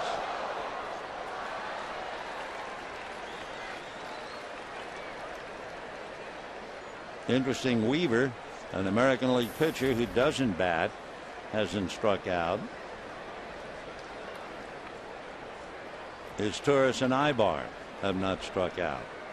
0-1. Kendrick still there at second with 2 outs. Fastball for a strike. Callaspo's body language seems to tell you as if he's saying to himself, I keep looking for one pitch and I get the other.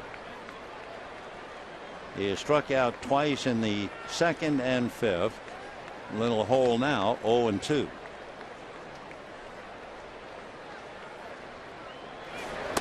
And he strikes out a 3rd time. So he and Vernon Wells can sit together and talk about the game.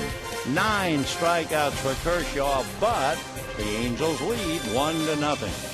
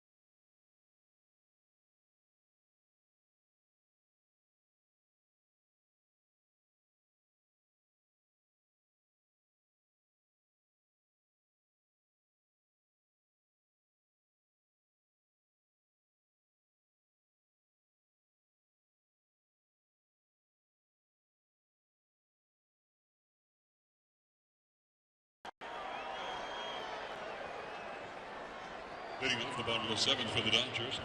Catcher number 30, Deandre Navarro. Here they are, and boy, they have been worth watching. Both of them very much on their game. And the difference, a pop fly double and then a base hit to cash in the run. And here we are, bottom of the seventh, and Navarro takes ball one. Clayton Kershaw, for the first time today, labored in an inning. He made 20 pitches in the seventh inning, and up jumped the devil. Remember, we were talking about the fact there were no foul balls in the first 6 innings.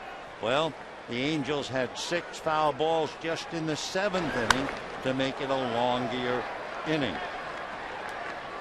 By the way, Alberto Callaspo, we mentioned as he backed out, he looked like he was saying to himself, every time I think I'm getting one pitch, I get another. Well, Callaspo has struck out 3 times for the first time in his career of 524 games. And that's popped in the air, angling over, high bar, 1 away. Say, you know, we're down to the 4 greatest moments in the Major League All-Star Game history. You can go to MLB.com/moments. Vote now for your favorite Midsummer Classic, and then tune in to this year's All-Star Game Tuesday, July 12th, 5 o'clock on Fox. Find out what moment won. I don't imagine any of you nor me ever saw what I thought was the greatest moments in All-Star history. That was when Oklahoma's pride and joy, Carl Hubbell, struck out 5 guys who were all heading to the Hall of Fame. 1 ball and no strikes.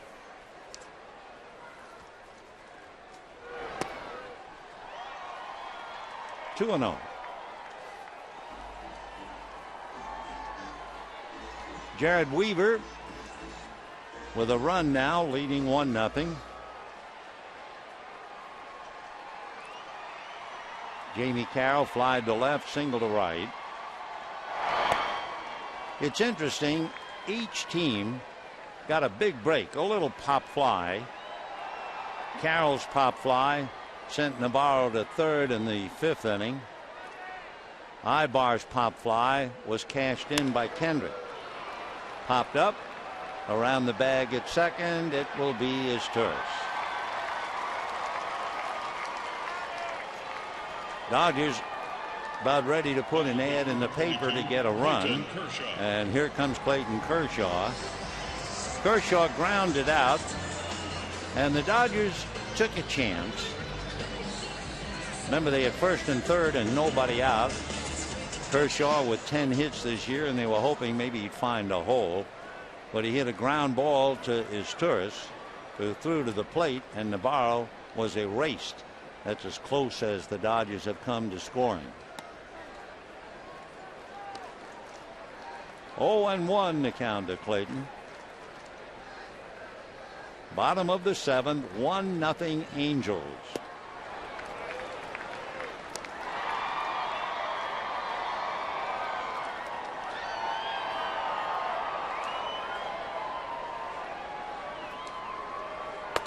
Ball 1.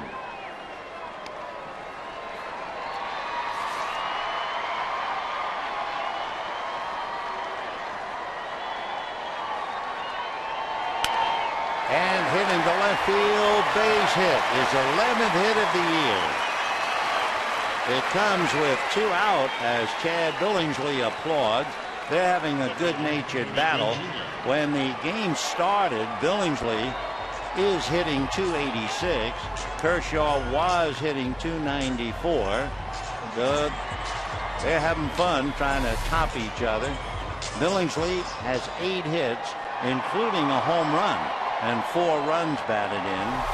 And Kershaw with 11 hits has 3 runs batted in. 11 hits, tops in the major leagues for pitchers.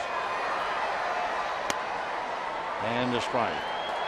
Of course, again, anytime that Kershaw gets on the mound, he has to worry about what it will take out for him. Kershaw right now is hitting .297, 11 points more than Chad Billingsley.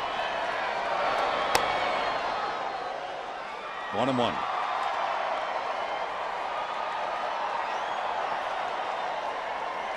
Gwynn hitting .218.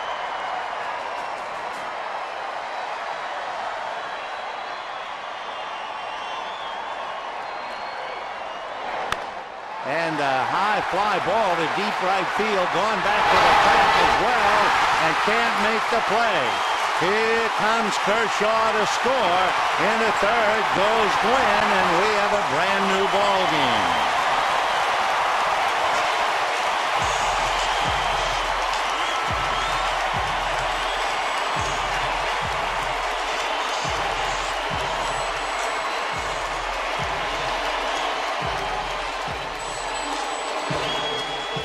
Tony Gwynn triples over the head of Vernon Wells. Wells with 3 gold gloves. You thought he might make that play, but he couldn't do it. Looked like he had it, reaches up, and it hit the heel of the glove. So really, as far as Vernon is concerned, I'm sure he now has to think, I should have caught the ball. Kershaw scoring from first, but now the question is, how much will that have taken out of him? So you have Wells thinking about his glove, and Kershaw trying to collect himself. And the Dodgers have tied it up 1-1 and a meeting at the mound. Watch Kershaw on that long fly ball with 2 out. He's letting out, and when he hits second base, he can tell by the roar of the crowd that the ball is loose, and he comes in nicely for the run. But anytime we have seen Kershaw run the bases, expending the energy, it usually takes something out of him. And we'll see what that means. For Kershaw, it is the 7th run that he has scored this year. Left-hander Scott Downs gets up in the Angel pen, and ball 1. So with 2 out, the Dodgers are looking at it again. A runner in scoring position. Interesting, when they did get the runner was not in scoring position.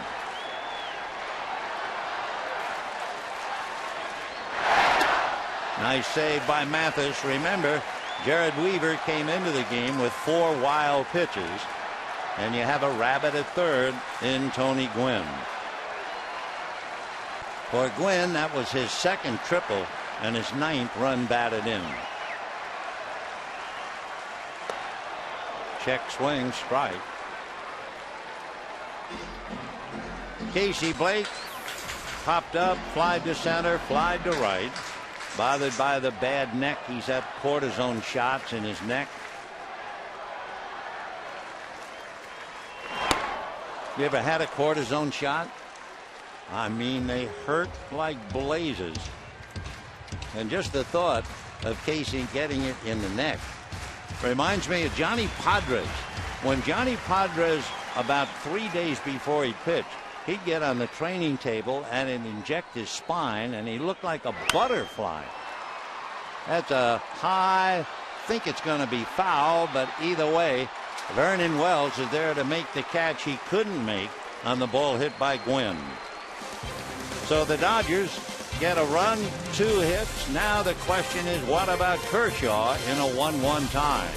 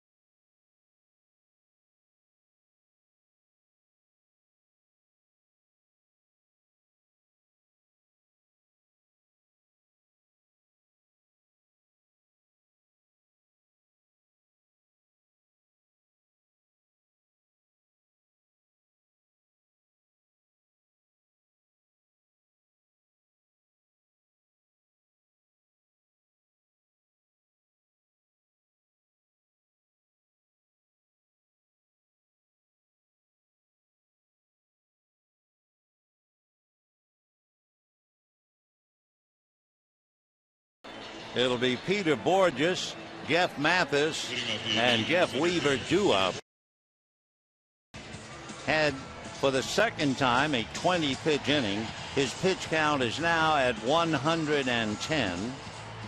A single by Kershaw and the triple off the glove of Vernon Wells. And I would hazard the guess that Wells would catch that ball 8 or 9 times out of 10.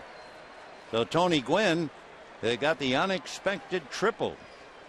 And we have a 1-1 tie. Now Borges singled and struck out, and let's see what the running late in the game has done to Kershaw. Strike. Kershaw has made 85 pitches right up to that one. He's coming off his hardest worked inning when he made 20 pitches in the 7th. Oh, he's still got that curveball. 0-2.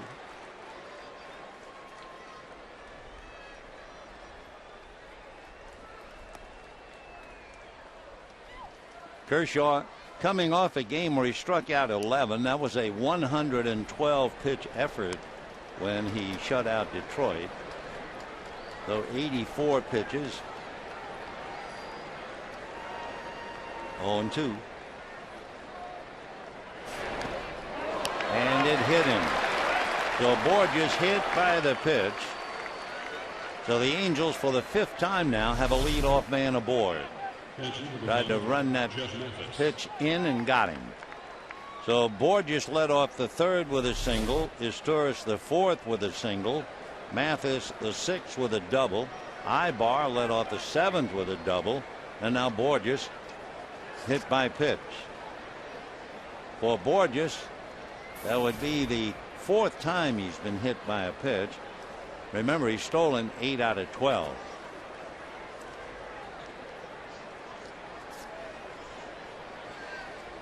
And they're going to go over there.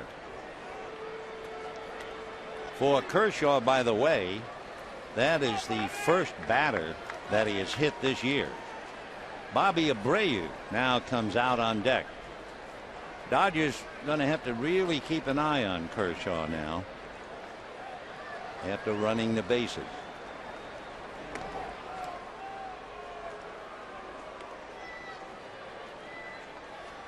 Every now and then during a big series, a player will go beyond what you think his abilities would be able to take him. And certainly Jeff Mathis would fall into that description, just going back to 2009, fouled away. In 2009, against the Yankees and the Red Sox in the playoffs, Jeff Mathis hit .211 during the regular season, and he hit .534 with 5 doubles against the Eastern Powers in the fall. Every now and then it happens. 0-1.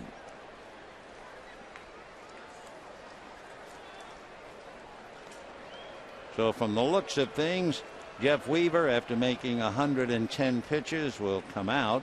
Bobby Abreu will bat for him. We figure to see Jared Weaver again in Anaheim and then in the All-Star game. 0-1. The bunt foul. 0-2. Mathis, by the way, is a pretty good bunter. He has 4 sacrifices. Now let's see whether Mike wants him to bunt again.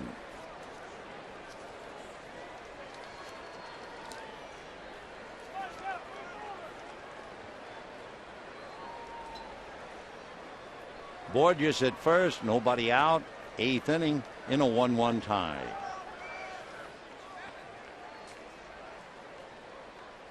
What kind of a player is Mathis? Well, when he made the major leagues, he decided he would redo the inside of a barn besides his home. There are no hay bales. What he did, he put in a batting cage, a weight room, things to work out with.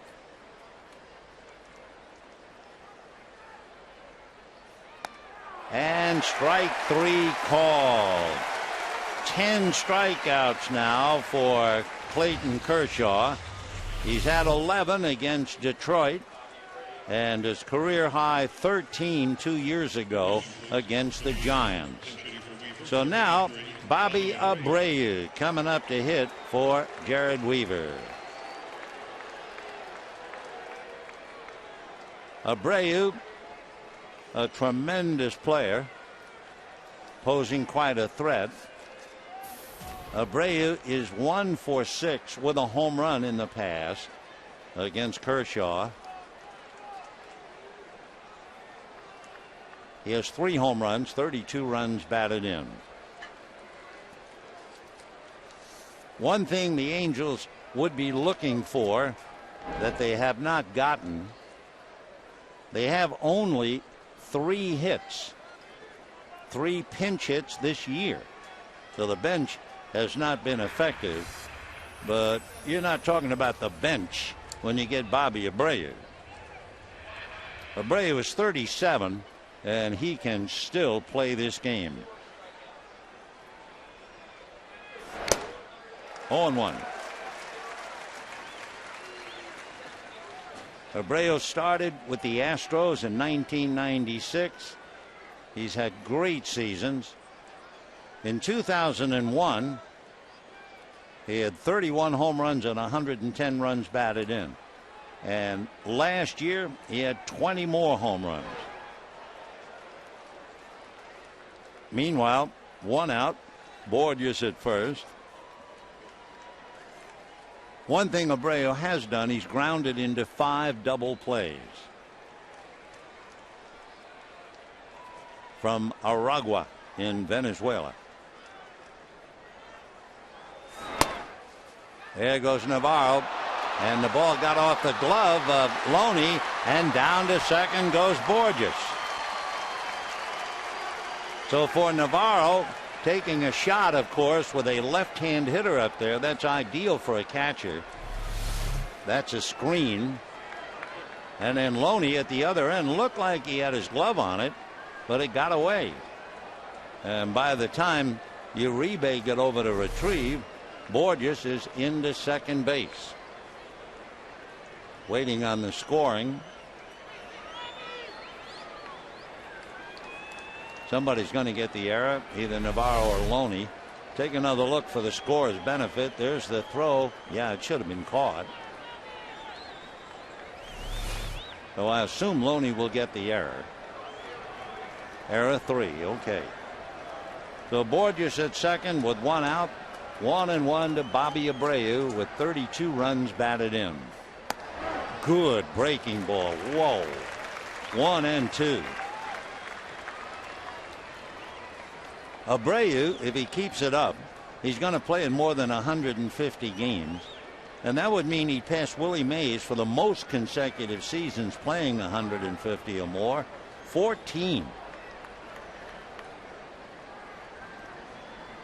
1-2 to Bobby. Another breaking ball. Mays played at least 150 games from 1954 through 1966. Bobby's amazing streak began in 1998 with the Phillies. Yeah, he's special. Borges at second, 1 out.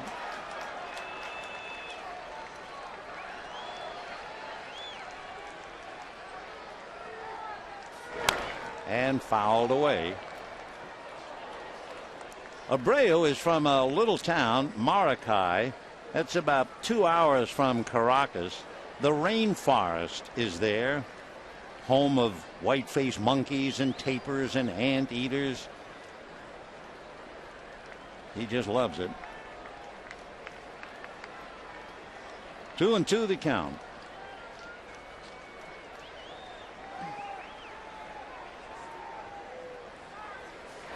Check. Swing. Whoa. So Chris Conroy is calling Abreu out, and that was a questionable call, to say the least.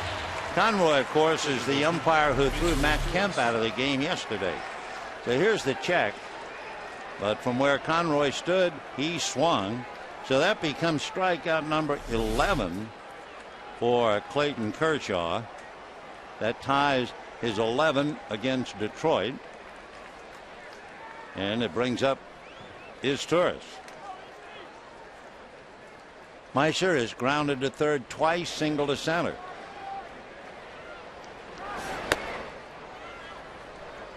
One ball and no strikes.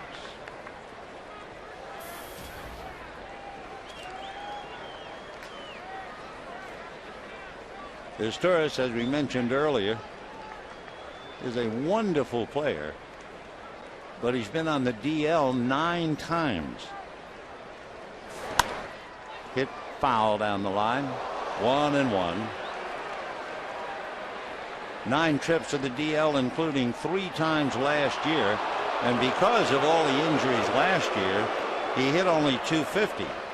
But throw that year out. He's hitting .294 with the Angels in 09. He hit .300.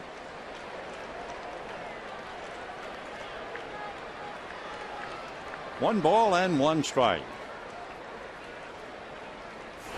Fastball, a hopper to third. Blake has a tag in front of him, but goes a long way with the throw. No runs, no hits, a hit batter and a man left. And at the end of 7.5 wonderful innings, a 1-1 tie.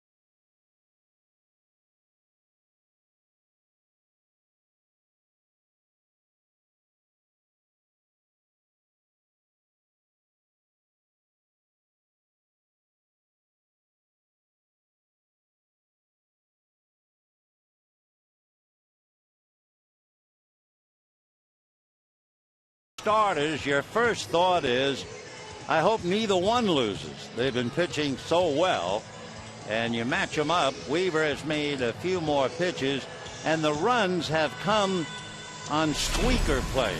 For instance, in the 7th inning, a pop fly that falls in, and watch the slide to avoid the tag, and then Ibar just got his hand there. And then after that was the base hit that caused Kemp to leave his feet. If Kemp doesn't dive at the ball, there's no way Ibar can score. And then the Dodgers have Gwynn hit a ball off the glove of Vernon Wells that might very well have been caught, and Kershaw scores. So now we go to the bottom of the 8th inning, and Jared Weaver comes out. Kershaw has made 99 pitches, and he is still in there. Jared made 110. And here's Scott Downs out of Louisville, Kentucky. Went to the University of Kentucky. 6'2", 190. 0-1 the count to Ethier. At one time in the minor leagues, when he was pitching with Edmonton, Scott Downs' pitching coach was Tommy John. Tommy was the one who kept convincing him that he could pitch in the major leagues. 0-2. Scott Downs comes in with a record of 4-2, a great earned run average, 1.8. 6 walks, 14 strikeouts.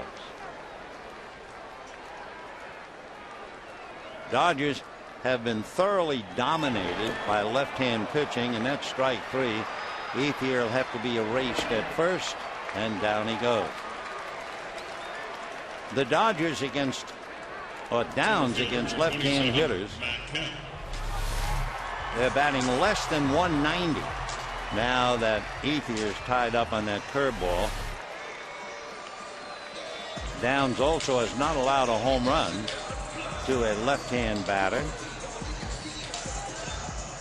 He has given up 1 home run as he faces Matt Kemp.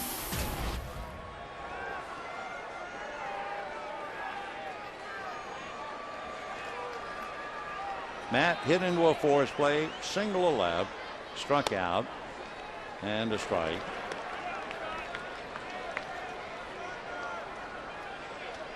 Matt hitting .329, 21 home runs, 60 runs batted in.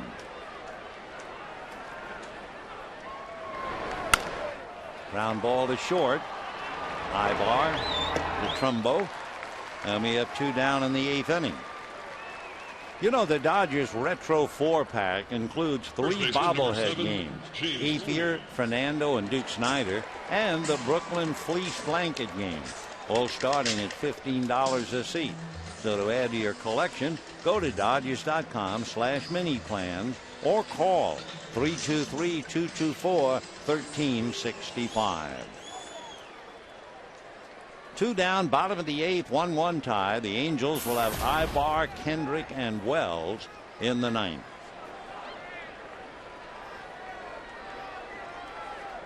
Here's Loney, lined out to center, popped up to shallow left, and then popped up to second base. James 0 for 3, hitting .277.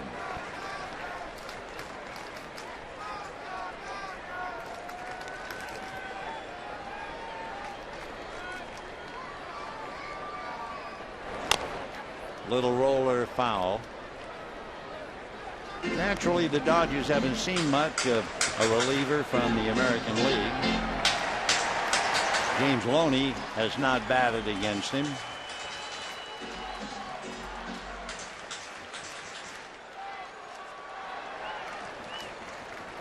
One and one.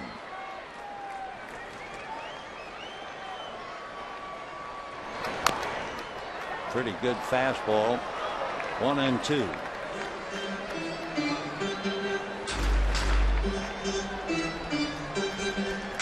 They battled scoreless into the 7th. Angels got a run in the top half. Dodgers came back to get one in the bottom half. And here we are, bottom of the 8th, 1-1 tie.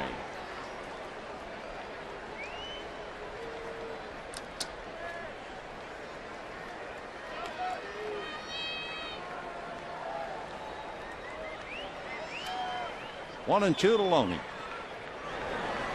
Breaking ball. He had to go down to get it. Trumbo will go to the bag. And that'll be that. The Dodgers tiptoe through the 8th. And at the end of 8, a 1-1 tie. And Clayton going back out.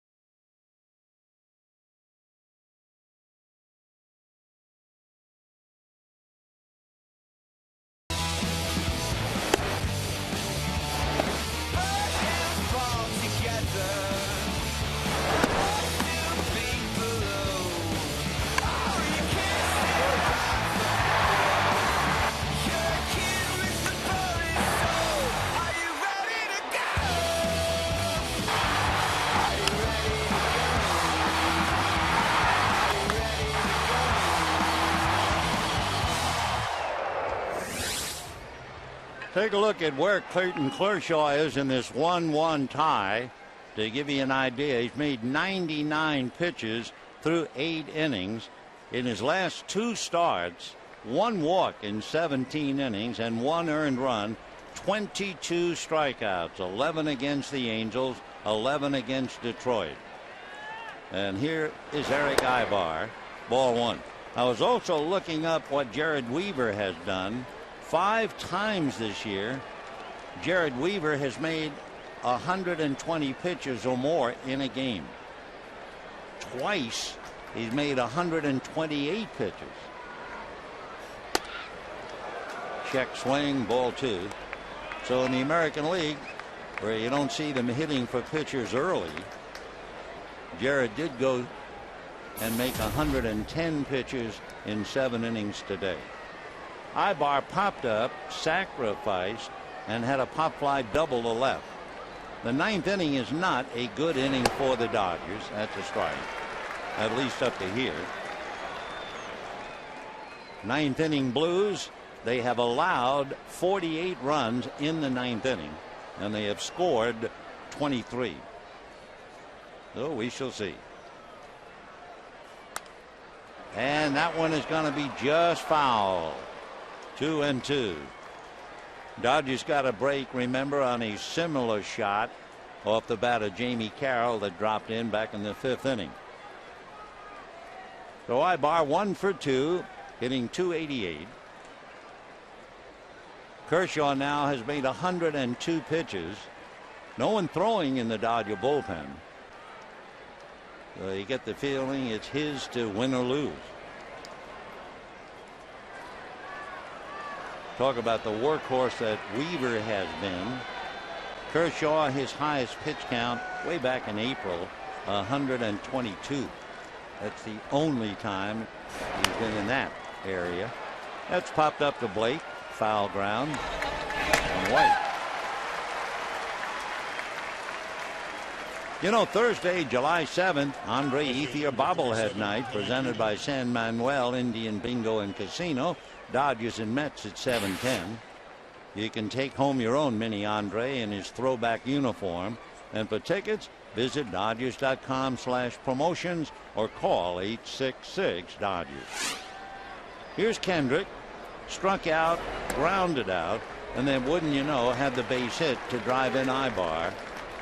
Came in with a career average of .381 against the Dodgers. Bounce to the third, short hop nicely by Blake to get him. When the Dodgers come up in the bottom of the 9th inning, they are due to send up Uribe, Navarro, and Carroll. By the way, the Dodger bench has been exceptional. We were talking a moment ago about the Angels. They only have 3 hits from their bench. The Dodger bench has 28 pinch hits, including 3 home runs and 16 runs batted in. Vernon Wells, I'm sure if you talk to him, he would tell you he probably should have caught Gwynn's ball. After all, it did hit his glove, and he's such a great outfielder, 3 gold gloves. If it hits the glove, it usually stays. Going into this year, Vernon Wells, an all-time American League leader in outfield fielding percentage.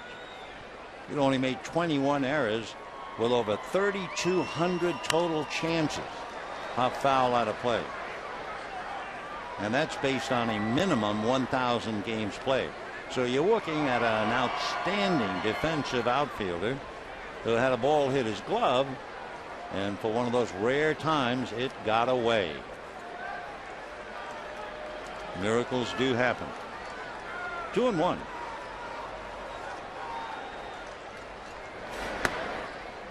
And ball 3. Vernon, the hero yesterday, today has struck out 3 times.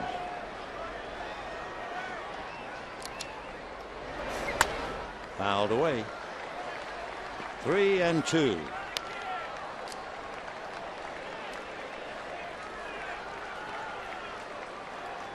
Wells has done particularly well this year. That's why it was a surprise to see him strike out 3 times against Kershaw, because he was hitting better than 290 against left-handers. And drives one down the line and gone.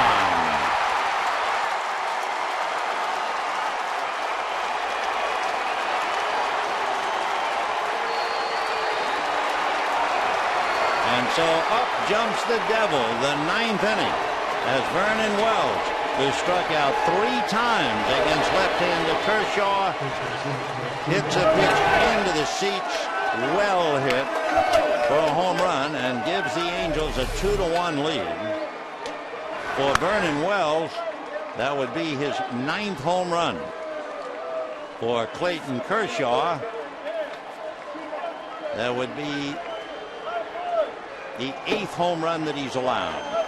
And so the Angels take a 2-1 lead in the 9th inning.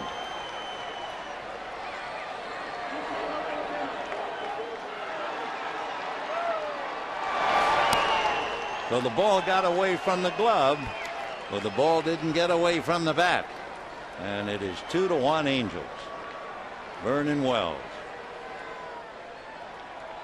Down in the bullpen, the Angels now get Jordan Walden up to pitch the bottom of the 9th. Little ground ball. There's Uribe to make it. However, one huge pitch to Vernon Wells, and he got all of it deep into the left field seats, and we're heading to the bottom of the 9th. 2-1 Angels.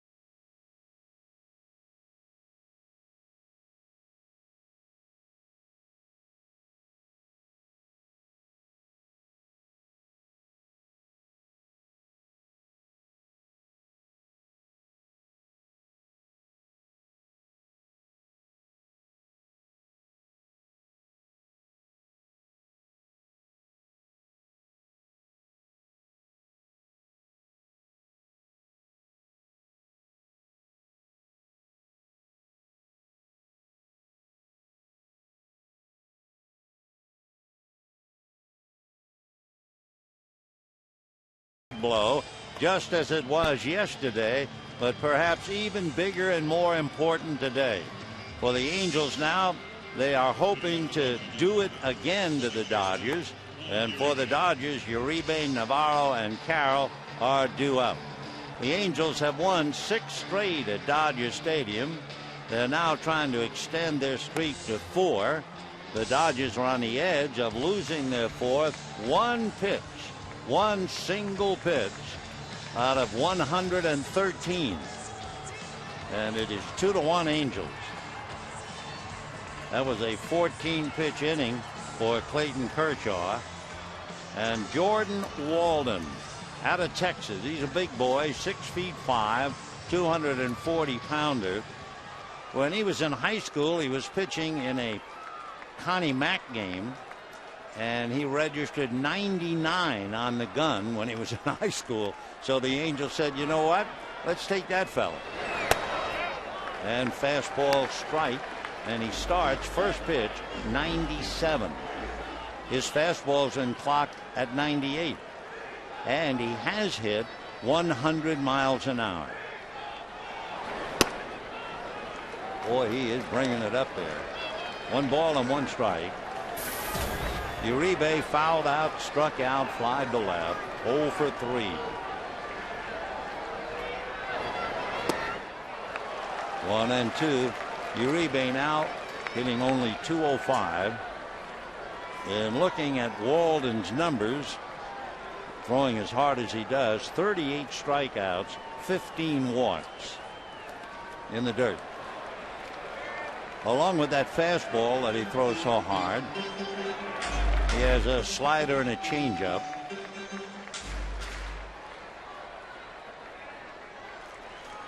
Because he throws on such a downward plane, it's been described like hitting a brick. 6'5", standing on the 10-inch mound, and then coming right down on top of the hitter.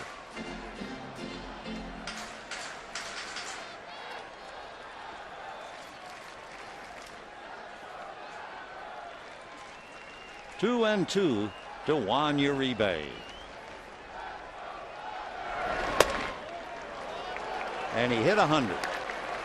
Well, we saw Javi Guerra hit 100 the other night, and that last pitch, 100. In fact, here are his pitches to Uribe: 97, 96, 83, 83, 96, 100, and he overthrows for ball 4. That was 97. Well, Uribe draws the walk. The Dodgers have the tying run aboard. And the batter now will be Navarro, and D. Gordon will now run for Uribe.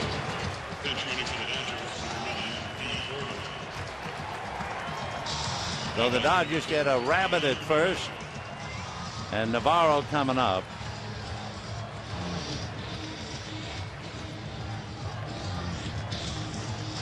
Gordon, of course, has tremendous speed, but he doesn't know the moves of the pitchers.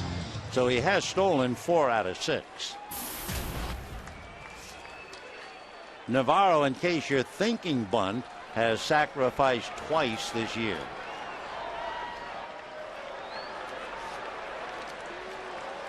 Other numbers for Navarro: he has walked 5 times, striking out 16.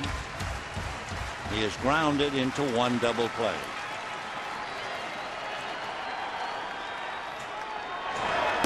And ball 1.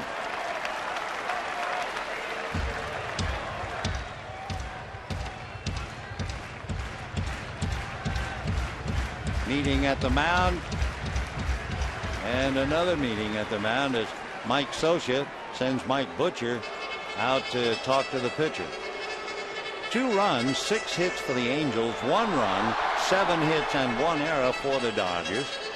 And the difference, the 2-out 9th inning home run by Vernon Wells. Navarro has struck out, walked, and remember, when he walked, he was eventually erased at the plate on the throw by Meiser Esturz. Last time up, he popped up. Not only could Wells be the hero, but it could be comforting for Mike Scioscia. Vernon Wells had 4 home runs in the first 40 games he played in. He has hit 5 in the last 12 games. A 1 ball and no strikes to Deanna Navarro. Now he shows bunt.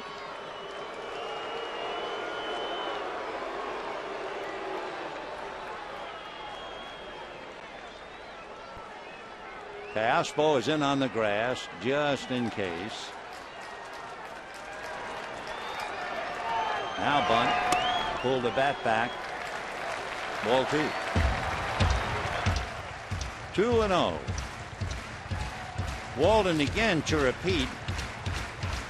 He has now walked 16, but he has struck out 38.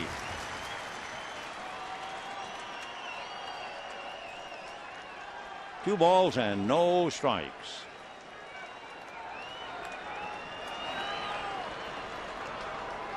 Showing bunt. Gordon goes. Pitch off the plate. Throw in there.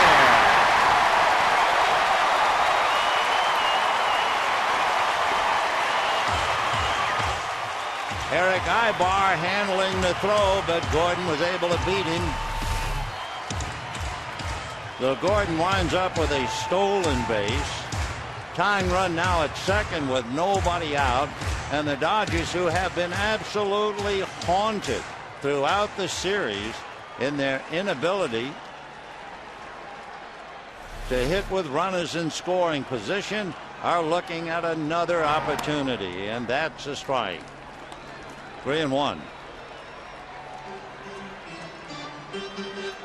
Dodgers in the series 3 for 22. That's a 136 batting average with runners in scoring position. High bar, backing away, and the pitch way inside, almost hit him. And so the Dodgers will have Navarro get up out of the dirt and go to first base. And first and second, nobody out.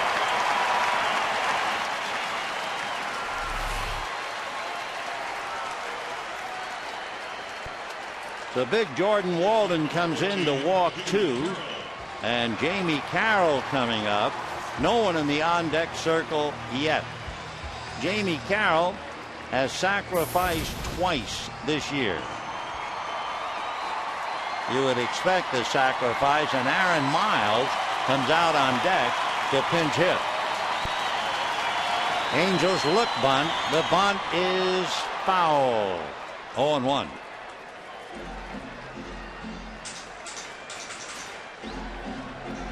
Nice, isn't it? Asked to go up there and bunt a 99-mile-an-hour fastball. You're lucky to foul it off. Of course, Jamie has seen them all over his long career. Callaspo seems to be holding court along with Mathis. 2 on, nobody out. Bottom of the 9th. 2-1 Angels. For the Dodgers, a glaring deficiency throughout the series, and once again the problem is on the line. Matt Kemp can't do much about it now. It's a long way before he'd be coming up. Uribe started with a walk. That's low. 1 ball and 1 strike. Trumbo charging the plate, but Callaspo has to hang near third.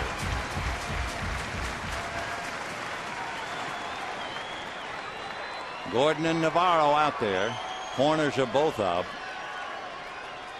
The bunt is on. The bunt is down. The play is to first base.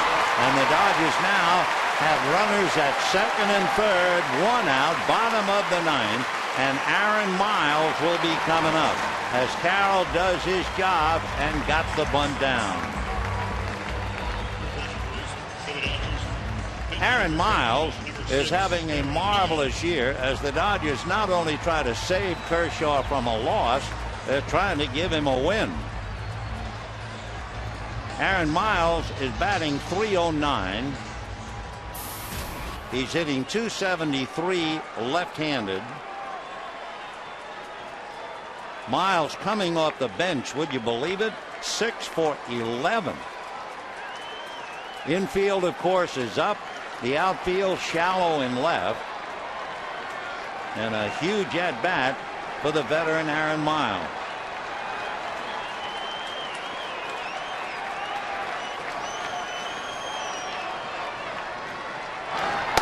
Off speed for a strike. Dropped all the way down to 83.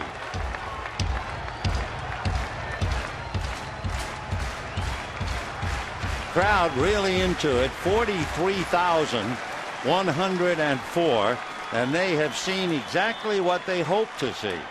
2 wonderful pitchers on the top of their games, Weaver and Kershaw, and it goes down to the nub.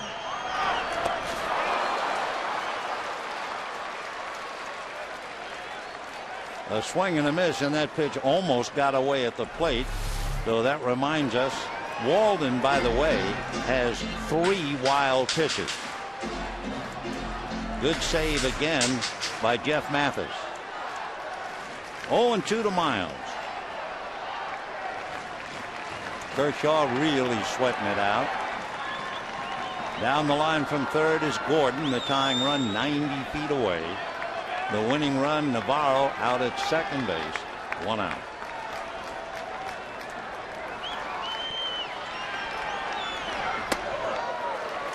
One and 2. That was 97. The associate brings in a flamethrower here in the ninth, who walks 2. But he has a 1-2 count on Aaron Miles. Curveball hit in the air to center. That'll get Gordon home. I mean, the rabbit is loose. A wonderful throw, but he's going to be in there. Mike Socha will argue that Jeff Mathis had blocked the plate, but the crew chief, Tom Hallion, saw it the other way.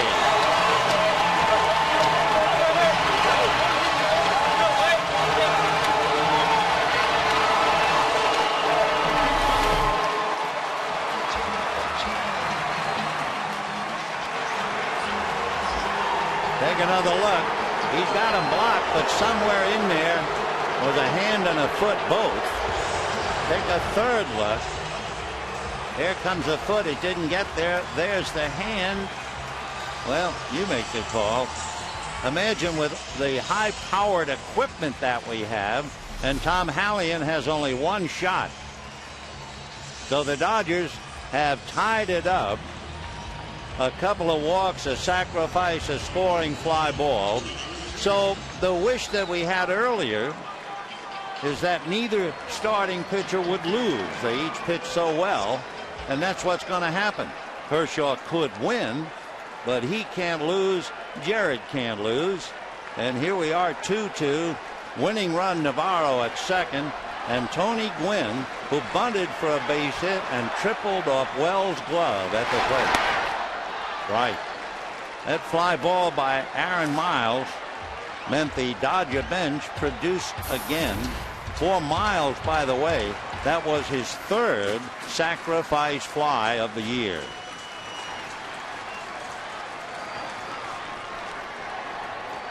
Two. And now the Dodgers decide Trent Olson will go out there and run for Navarro. So Olson, the boy from Australia, will run for DeHonor. A.J. Ellis will put on the gear if we have to go to the 10th.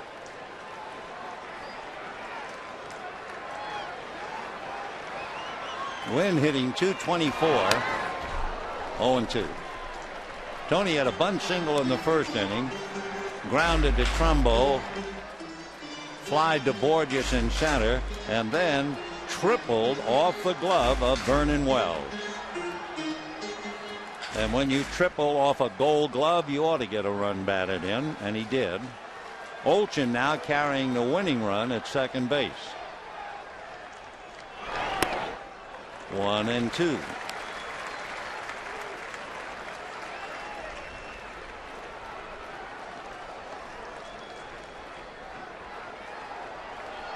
Olson trying to get a jump. He doesn't have to worry about his tourist. It's Ibar who's behind him with a left-hand hitter up. And that slap foul down the line.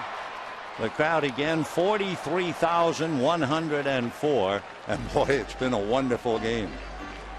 For Walden, ready to make his 24th pitch. Kershaw on the hook. So near and yet so far. Down in the Dodger bullpen, Javi Guerra begins to warm up.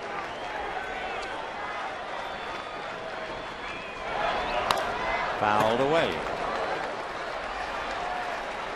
Each team scored in the 7th. Each team has scored in the 9th. And we're 2-2. Difference in how they scored, certainly. The home run by Wells, and the Dodgers scratching 2 walks, sacrifice, scoring fly ball. Little foul, that should go out of play. Dodgers hit the road. They'll go to Minnesota, and then next weekend it'll be the Dodgers and the Angels in Anaheim.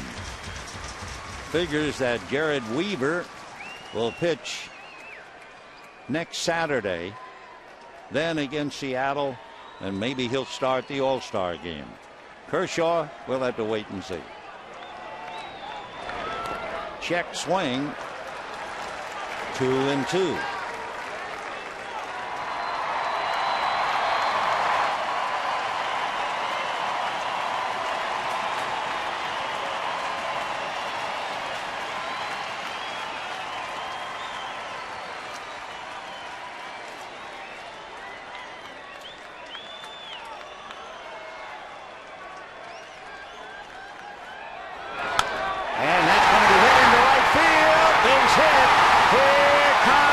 motion, and the Dodgers pull it out and win 3-2.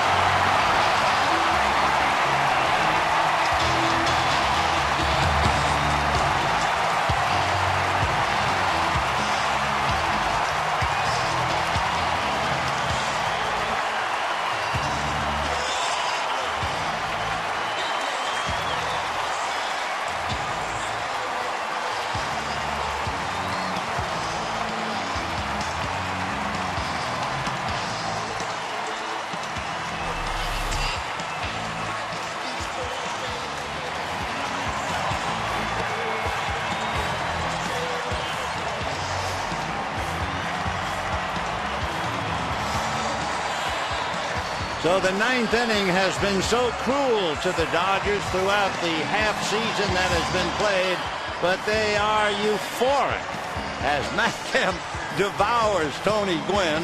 And of course, you can only hope no one will be hurt in the celebration. The Angels could write a book about that, and Kendry Morales. So the Dodgers salvage one, get rid of their 3-game losing streak. For the Angels, a bitter defeat to lose it in the ninth. And with all of that, without further ado, let's go to Jim Watson. All right, Vin, thank you very much. First off, are you okay? That was a mob scene in second, all right?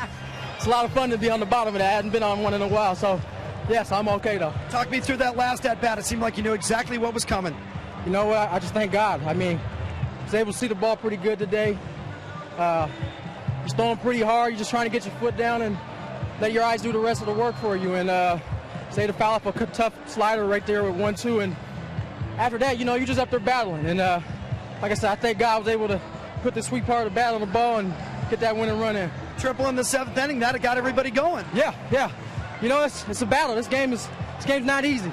You know, we've had a little rough time here lately, and it's nice to get a win and get on a road trip and have some momentum going out there. Tony, Clayton Kershaw was unbelievable again, and for a while it looked like he was going to get the loss. You guys saved him. He ends up getting the victory.